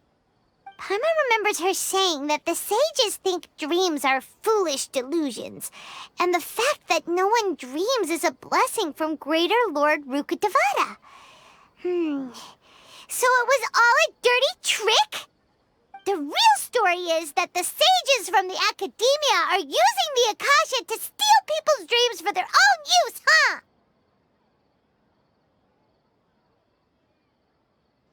Oh? By the sounds of it, you understand the current situation pretty well. So then, what about the samsara? The beep is a prompt tone for Akasha operations. We still hear it every night, even though we removed our Akasha terminals. Those spaces kept disappearing before my eyes. But as soon as that beep sounded, many more spaces materialized. The Grand Sage said, "Go celebrate the birth of that god to your heart's content." Did he mean something more? My mind feels exhausted, even though I haven't done too much thinking. What is going on? We've already experienced the Sub-Zeru's festival many times, and the day of the festival seems to be in a perpetual samsara. Those dreamscapes kept vanishing, but as soon as that beep sounded, more new spaces appeared. Correct. The Akasha is keeping each person's brain in a constant dream state, but also separating their consciousness from their own dream. Their disembodied consciousness is placed inside the collective dream of the Sub-Zeru's festival along with everyone else's, while their now vacant dreams are harvested by the Akasha. No one is any the wiser as another day passes in the dream, and so begins another samsara cycle. People wake up to yet another dream about the Sub-Zeru's festival. The dreams that belong to them are once again harvested by the Akasha, and so it continues. So, this is like a dream factory, and the Akasha is a dream harvesting machine. Did Paimon get that analogy right? Very good, Paimon. Using analogies well is an excellent habit to get into. Okay, so that beep we keep hearing is actually from our real-life Akasha terminals. Taking off our terminals in this stream doesn't do anything. Alright, last question. Who am I? So you noticed. I thought that one would be the hardest question. That's why I put it last. That wasn't hard at all. Even Paimon guessed that. Everything about you is different. We just didn't want to expose you is all. Now that you mention it, Nahida, you've been hinting to us since the very beginning. It's funny, thinking back to when we were asking all over the place for info about Lesser Lord Kusanali. Paimon didn't expect to meet you like this.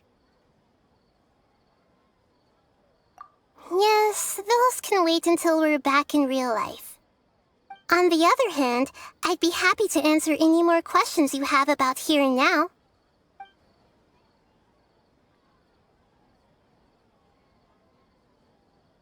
You asked me this question before. My answer was, it would literally blow your minds. Now that you know this is all a dream, this answer should hopefully make more sense. Have you heard the saying, don't wake a sleepwalker? Likewise, if someone suddenly had told you all this instead of you learning it on your own, your notion of reality and dream would be thrown into irreversible confusion. I couldn't expose you to that kind of risk.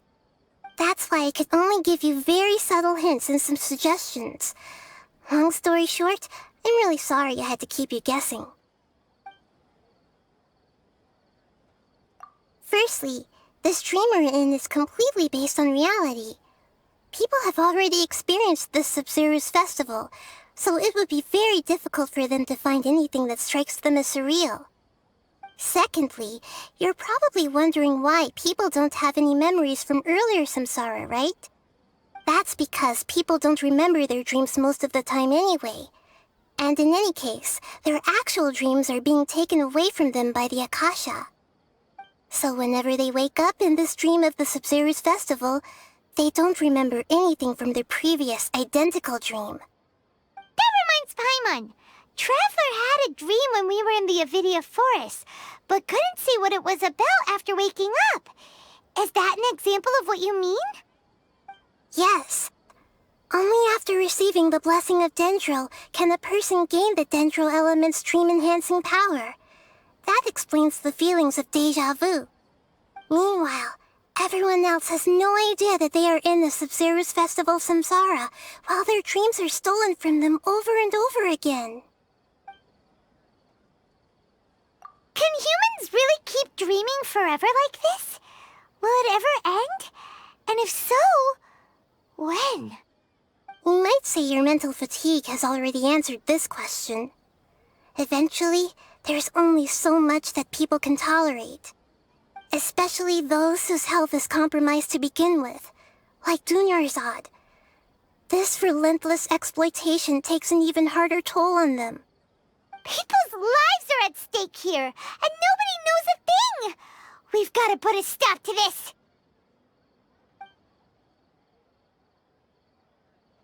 I know, right?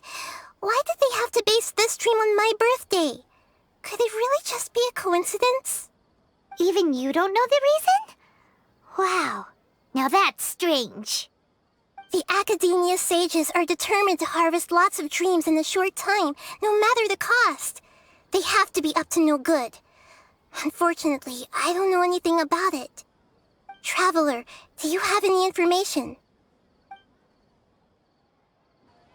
Those spaces remind me of dreams. Like the one I had in the Avidia Forest. Except these have no sign of human presence. Okay, Nahida said the Akasha relies on the power of a gnosis to operate, as it is the manifestation of the God of Wisdom's power.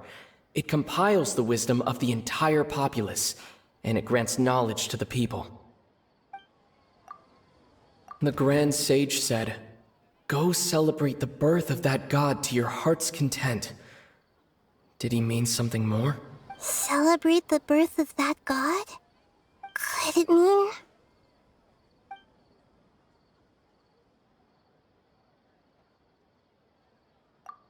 deceiving the people of Sumeru with no regard for their safety? No matter what they're trying to do, this is unforgivable. After we end the Sub-Zero's festival, Samsara, we have to look into them. How can the sages of the Academia do this behind their Archon's back? This is ridiculous! In the end, I'm just the moon. The real sun is long gone. A sun and a moon? Nahida's talking in riddles again. Oh, we're out of time today! I'll tell you how to break free of the samsara tomorrow. See you then.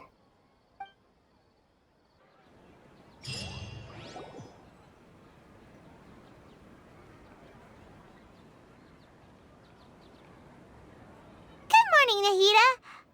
Wait. Now that Paimon remembers everything, should we instead say good morning, Lesser Lord Kusanali? Hey! What's wrong, Nahida? You don't look too good. I'm afraid that what you're thinking right now is correct. Did Dunyarzad already disappear? No way! Are we too late? The real Dunyarzad's consciousness has indeed disappeared. It can no longer endure the constant dream harvesting. Paimon can't believe it. Wait, so what about that other Dunyarzad? Just what is she? Is she also going to disappear? She's actually something like a puppet, but not completely. The real Dunyarzad's consciousness could no longer keep playing her role in this dream. So another Dunyarzad appeared to replace her in the dream. Just like the grass and the trees, that Dunyarzad is just a building block of the dream that helps to keep it going. But personality-wise, she's nothing like the real Dunyarzad. Puppets are stiff, and can't copy a living person's vitality. After all, they're just there as filler. You know, speaking of which, the old Dunyarzad might not have been too different from a puppet. Dunyarzad truly believed that she met you within her consciousness, and it was you who inspired her. So you do remember her after all. Yes. Back then, her family was overly protective of her. No one cared about her personality or thoughts. It was as if she only lived to stall her Elazar. I just gave her a little wisdom so she could look at life in a new way. So that she could be her own person. But even so, she's still... far from it. I'm still a long way off from being a real Archon. I couldn't even save her. If I were a competent Archon, I wouldn't have let my most faithful follower die at the Sub-Zero's festival with so many regrets. Please don't beat yourself up over it, Nahida. It's the sage's fault, and theirs alone. I'm not beating myself up. All I did was to rationally observe the distance between myself and a real Archon. Don't be like that, Nahida. Even real Archons are still allowed to be sad. To prevent more tragedies like this, we must end the samsara as soon as possible. Great, but how do we do that? Although the Sub-Zero's festival dream is under the Akasha's control, only humans can dream. Even the Akasha is unable to create them. That means this dream belongs to a host who created it. Huh? So, how should we find that person?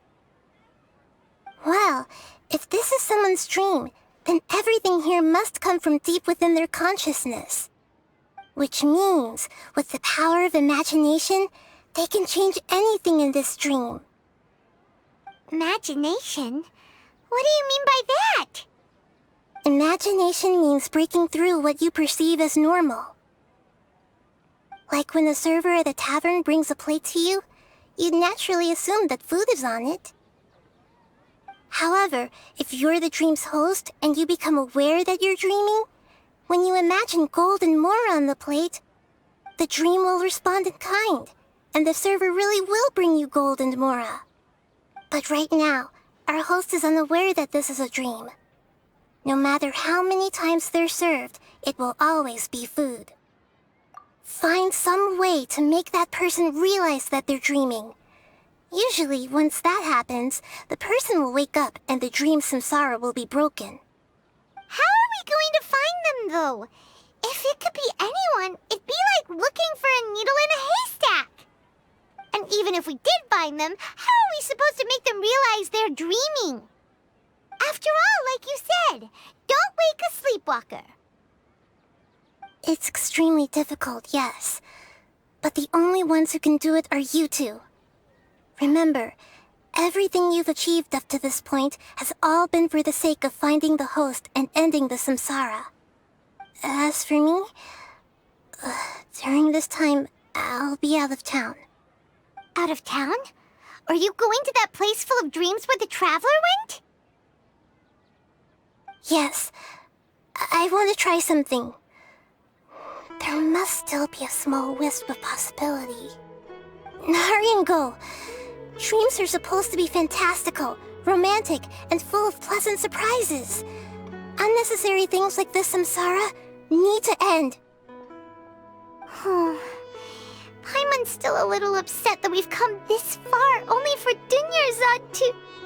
She was such a good person, with such a simple wish. But fate was against her. Yeah, saving Dunyarzad is what kept us going this whole time. But we mustn't lose hope, Traveler. Dunyarzad would definitely want to see us save everyone else. So let's break the samsara for her sake. Paimon's wondering, do you think the sages would get one of their own to be the host of this stream? Feels like it would be easier to control it that way, no? Huh. That's true. Plus, the sages probably weren't counting on there being other factors beyond their control, like Nahida and us. So, who do you think the host of the dream is? Oh, that would make sense! Ferris, the Knight of Flowers, is a symbol of the whole Sub-Zero's festival, right? Let's go ask him some questions, shall we? You're back. You left in a hurry last time. Is everything okay? Everything's fine, just... it's a little hard to explain. Would you mind taking part in a little experiment with us?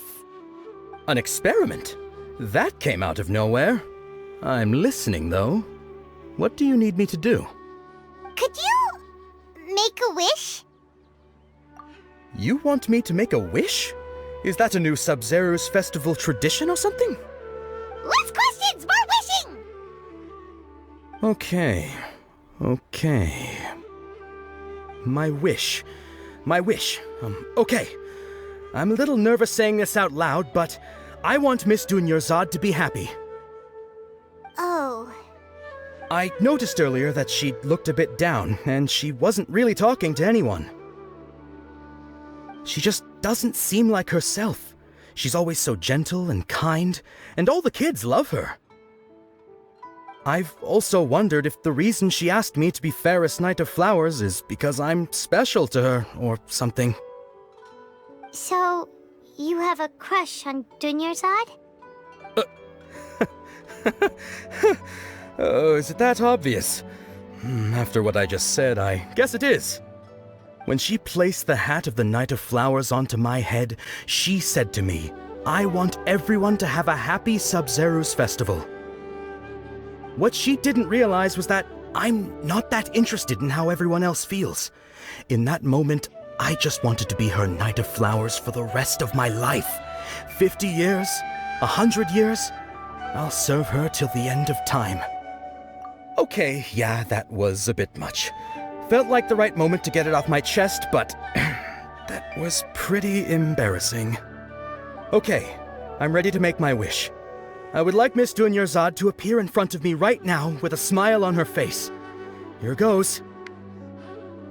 Please come true. I'm gonna open my eyes. Oh, you're... What? Faki? Sorry, but only one portion of Yalda candies per person. Back home you go. Nice try, you two. Anyway, never mind. I don't need to see her appear right in front of me. As long as she's happy. Guess he isn't the host of this dream after all. Should have expected it wouldn't be this easy.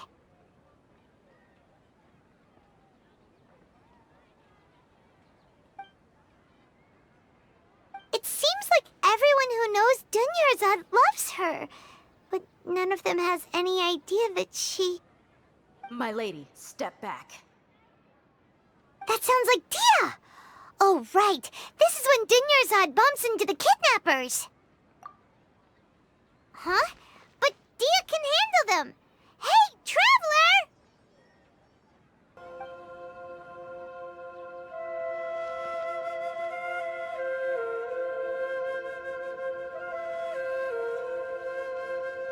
Oh, it's you. Great timing. Please take...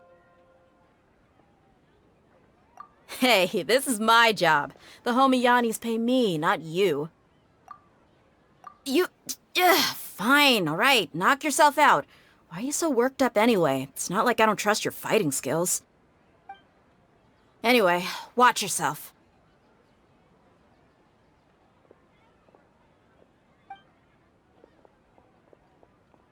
So you got yourself some backup. Suit yourself. You're going down!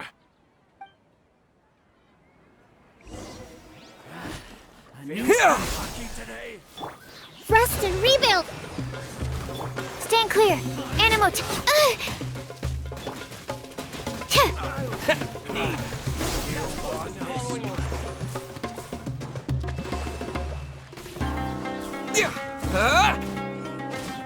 Propagate!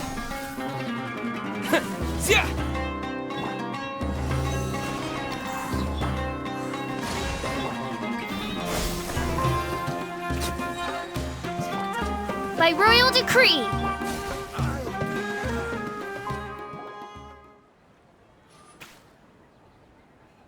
Traveler, were you just taking your anger out on those guys? You and Nahida both. Dunyarzad wouldn't want to see you two like this. Oh, and speaking of her, Paimon just remembered something. Remember how during the first Sub-Zero's festival, before the Samsara started, we came here with Dunyarzad because she wanted to pick something up? She said it was because she had forgotten something.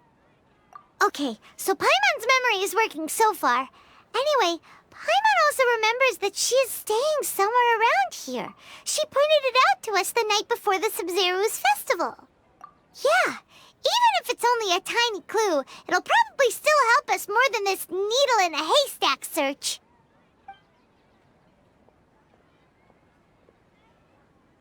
This is the place! It's rude to enter other people's spaces without permission, but desperate times call for desperate measures! Hey! The windows are unlocked! Okay, Paimon's gonna take a peek inside.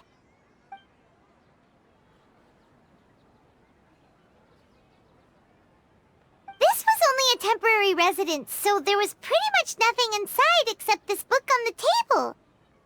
Should we open it?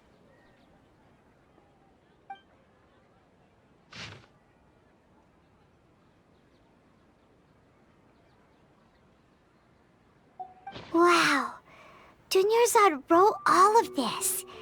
Sounds like she was always thinking of us even while we were away. Even though she was also busy preparing for the Sub-Zero's festival and had all her health problems to worry about. She must have wanted to give this to us as a gift on the day of the Sub-Zero's festival, right?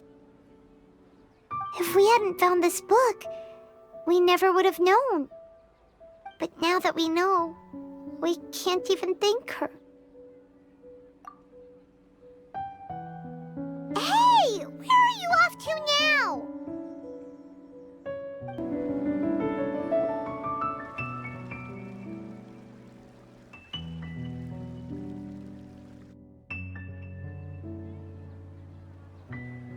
It's Dunyarzad's puppet.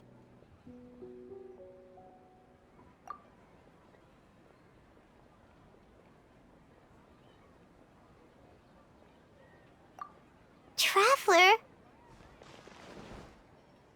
You must be exhausted. Come to think of it, we've been stuck in this place for a really long time. Heck, even the last time we were chatting happily with Dunyarzad feels like an eternity ago.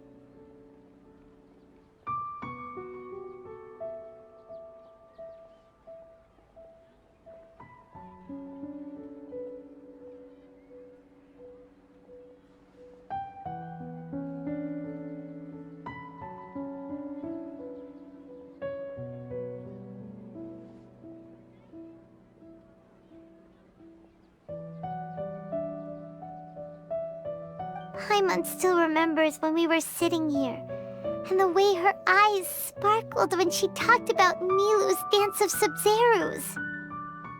There will always be frustrations in life, but I know that the point of living is not to leave behind any regrets.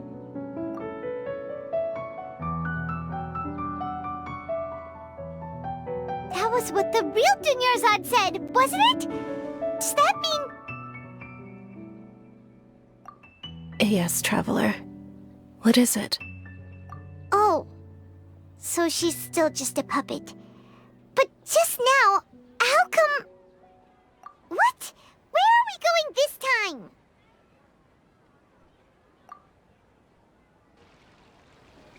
If you continue to resist, we will have to order an investigation into every single event organizer. The Grand Sage has already granted you much leniency. I advise that you exercise tact. How did things turn out like this?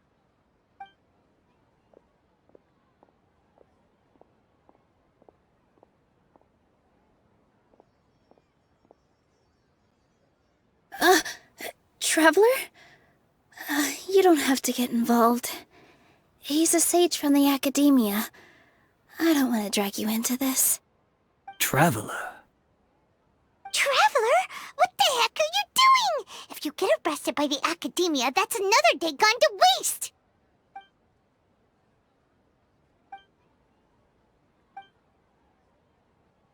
Wait, they're not reacting! Have they been scared stiff? Oh, of course! If this is the Sage's plan, they wouldn't put themselves through this! So they're just substitutes! What is this? What happened to the Grand Sage and his entourage?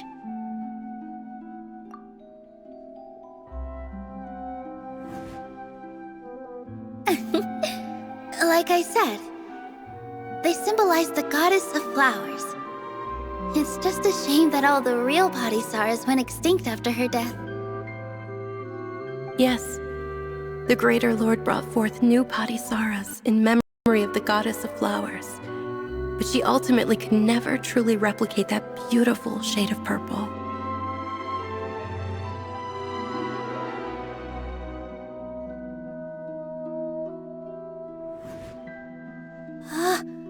That beautiful shade of purple. Aren't these flowers real Padisaras? Just like the ones from the legend? I didn't even notice. Dunyarzad, did you find these?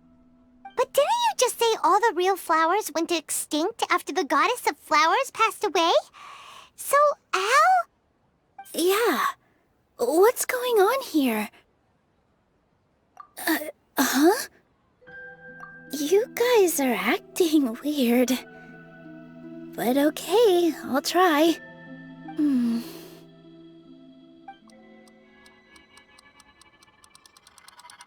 Hey!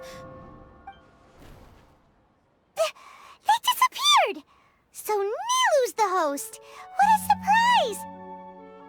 Purple Padisaras don't exist in the real world anymore.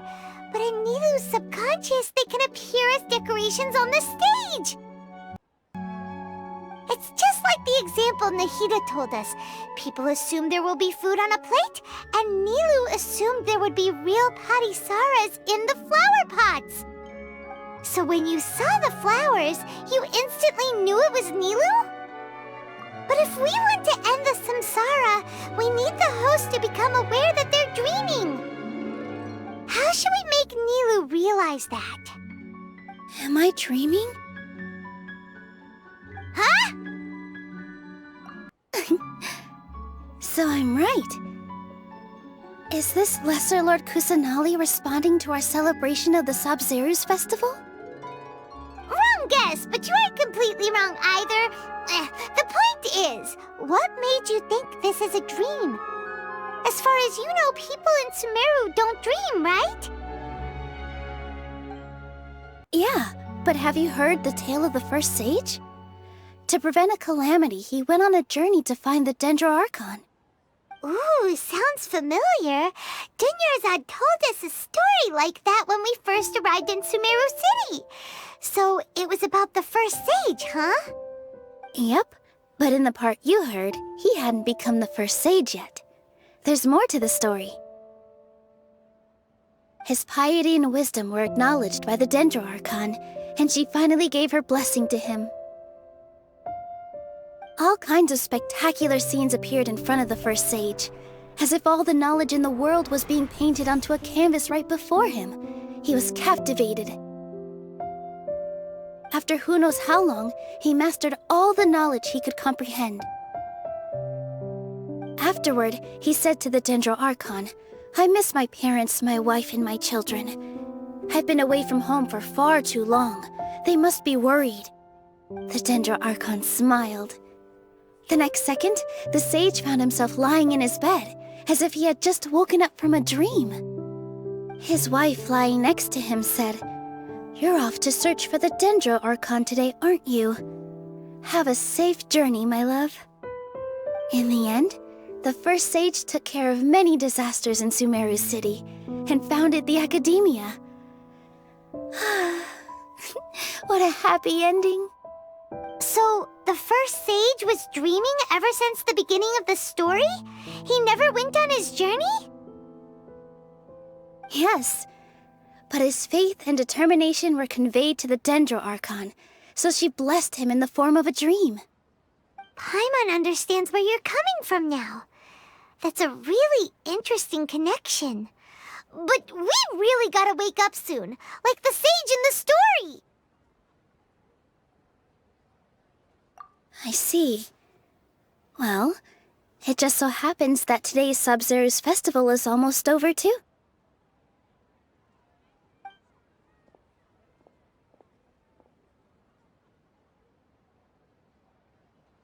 Since we're in a dream, let's make this final dance of Sub-Zeru's as beautiful as we can.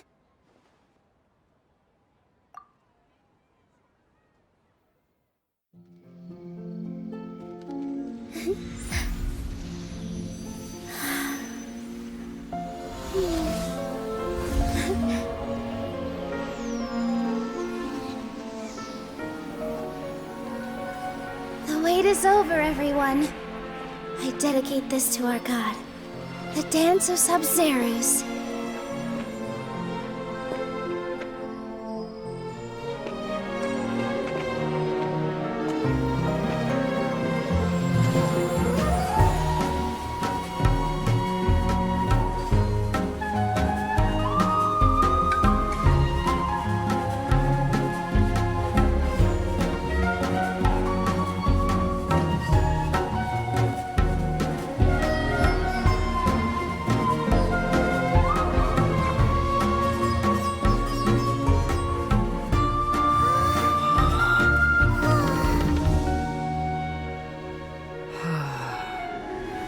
I'd be lying if I said I had no regrets. I would have loved to see Nilu's dance.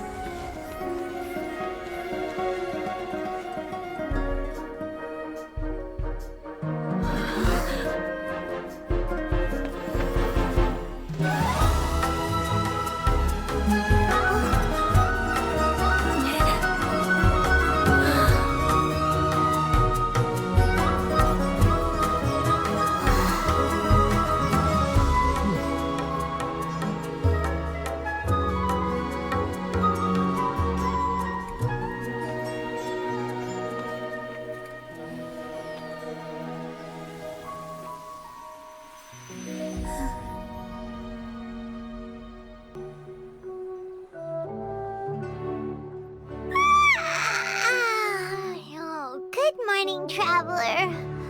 Oh, Paimon feels like she's been asleep for the longest time. Paimon's head feels super heavy. Did we oversleep? Do you even remember going to sleep last night? Paimon thinks it was after the Sub-Zero's festival. The Sub-Zero's festival! Have we finally escaped from the Sub-Zero Samsara? Quick! Take off your Akasha terminal!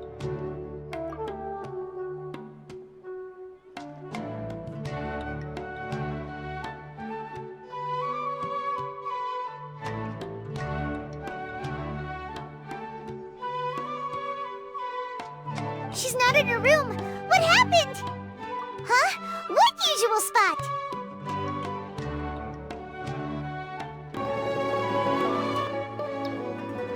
Well done, Traveler and Paimon. And thank you, Dunyarzad, for organizing the Sub-Zero's festival for me. I'm sorry, who are... Dunyarzad!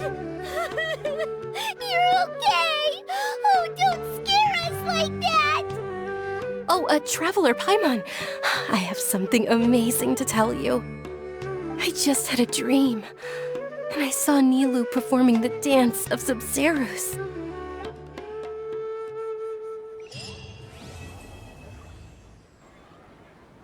You're actually Nahida, aren't you?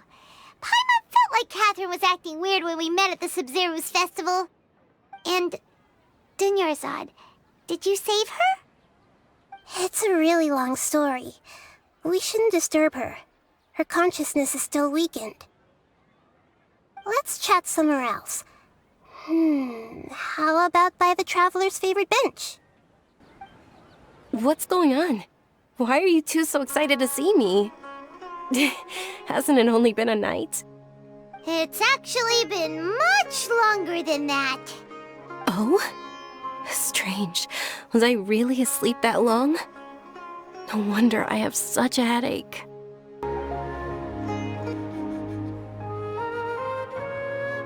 Let's talk about Dunyarzad first. It's such a relief that she's all right. After we parted on the last day of the Sub-Zero's festival, I left the city and saw what the Traveler had described. Among the countless dreams, I found one that was growing fainter and fainter. This proved my suspicion. Once Dunyarzad could no longer bear the Akasha harvesting her dreams, her consciousness began to dissipate. But this also meant it escaped the Akasha's control. Such a small fragment of consciousness can't last for very long, though. It will return to its original dream, where both will gradually fade until they completely disappear. I used all the power I had to keep her dying dream alive as long as possible, but it still wouldn't have lasted for much longer if it hadn't been for you two breaking the samsara.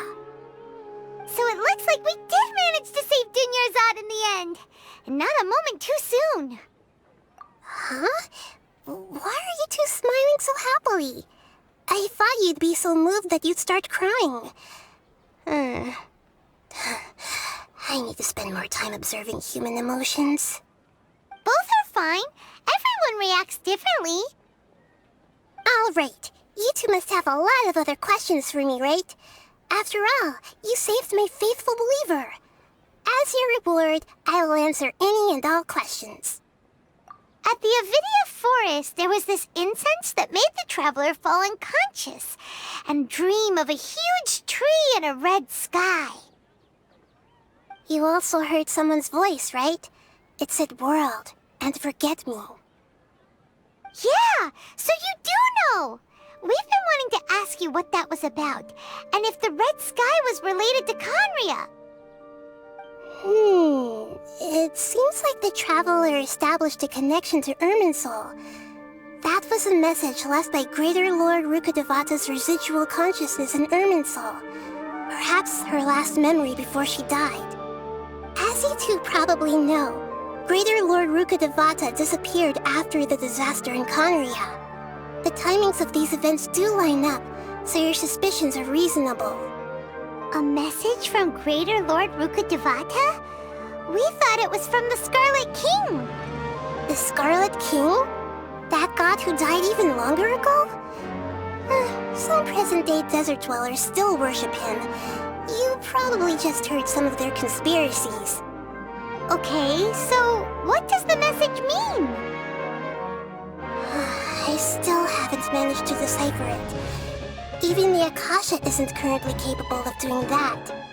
Greater Lord Rukkhadevata's residual consciousness in Irminsul seems to be contaminated with something that has a very dangerous aura to it. Many devoted scholars go mad as soon as they connect their consciousness. I've warned the Academia about this many times, but people still keep falling victim to it. But I believe this is the key to saving Irminsul. That's why I've kept trying to decipher it. So the tree in the vision was Irminsul? Oh, Tainari also said that Irminsul is sick! Is it because of the contaminated consciousness? But even if you can't figure out what that vision was all about, it seems like our search for you was all in vain. The Traveler wasn't affected after coming in contact with that consciousness. I've never seen anyone like that. With you here, we may have a chance at deciphering it. No, we must decipher its secrets. I've already eliminated all other factors that might affect Irminsul. This is the only one left. This puzzle has life and death at stake. It could determine Irminsul's fate, as well as Tevat's. To be accurate, I'm using the Akasha as a medium to occupy Catherine's consciousness. How did you do that? Poor Catherine. Does this mean you can also occupy other people's consciousnesses? Theoretically, I can enter anyone's mind as long as they're wearing their Akasha terminal.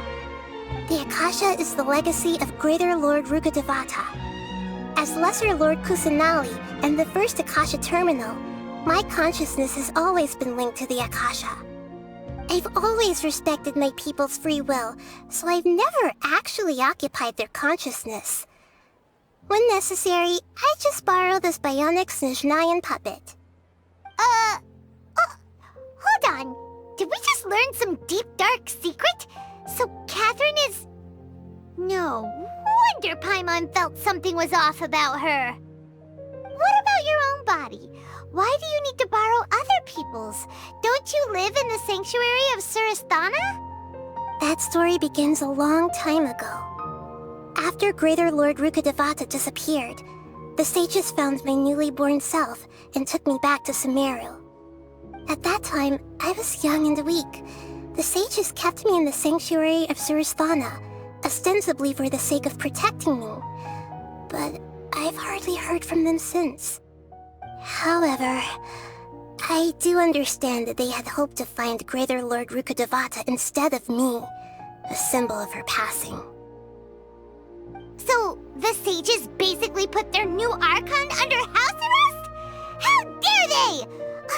Why don't you teach them a lesson, Nahida? In some ways, they aren't wrong. Greater Lord Rukkhadevata was omniscient and omnipotent. Even after her death, the Akasha is still empowering this nation. And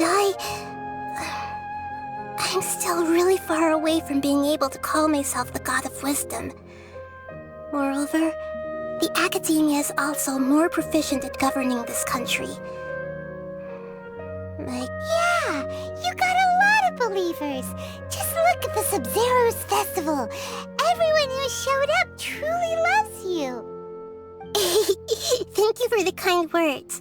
But I honestly don't need physical freedom as long as I can connect my consciousness to the Akasha. Trying to find a way to save Irminsul is my life's mission and top priority. I will work on that, and try to live up to being a deity in the meantime. Every once in a while, I will also take up the duties of the God of Wisdom and enlighten a lost soul here and there. Doing all that should be enough. There's never been any big problems with the Academia's governance of Sumeru.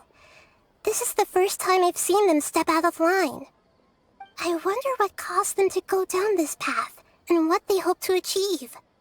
Even though the city's residents haven't noticed anything strange, if the Traveler hadn't broken the Sub-Zero's samsara, the situation could have become dire.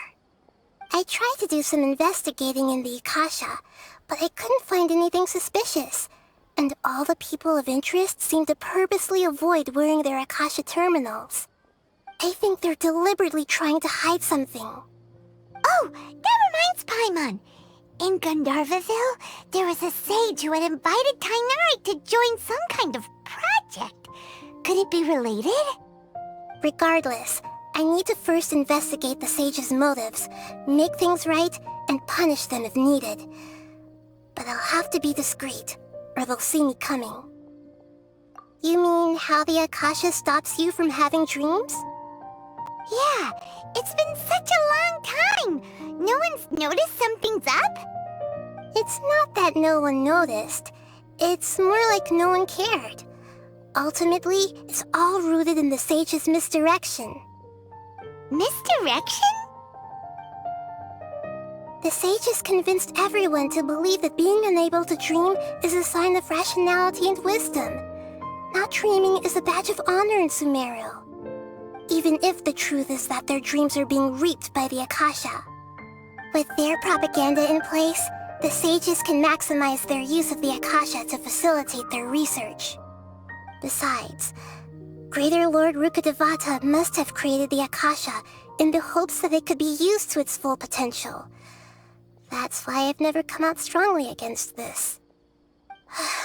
Anyway, the perspective advocated by the sages drowned out any voices of doubt. By now, even those who never use Akasha terminals find it too shameful and embarrassing to talk about their dreams. Got it! I hope my answers were satisfactory, seekers of knowledge. To be honest, maintaining Dunyarzad's fading dream took a lot of mental energy. I think I may need to rest for a while. Oh, and you don't need to worry too much about the sage's activities for now. The Akasha won't be able to conduct another project on the scale of the Sub-Zero's samsara in the immediate future. Go and get some sleep. Leave everything to us. What a relief. This is truly the most exhausting birthday I've ever had. Traveler? Paimon? Why am I here? Do either of you know? Maybe you were sleepwalking.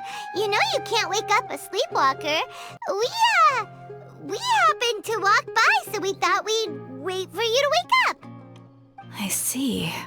Huh. I should visit my maintenance personnel sometime. Oh, I'm fine. I better go. Thank you.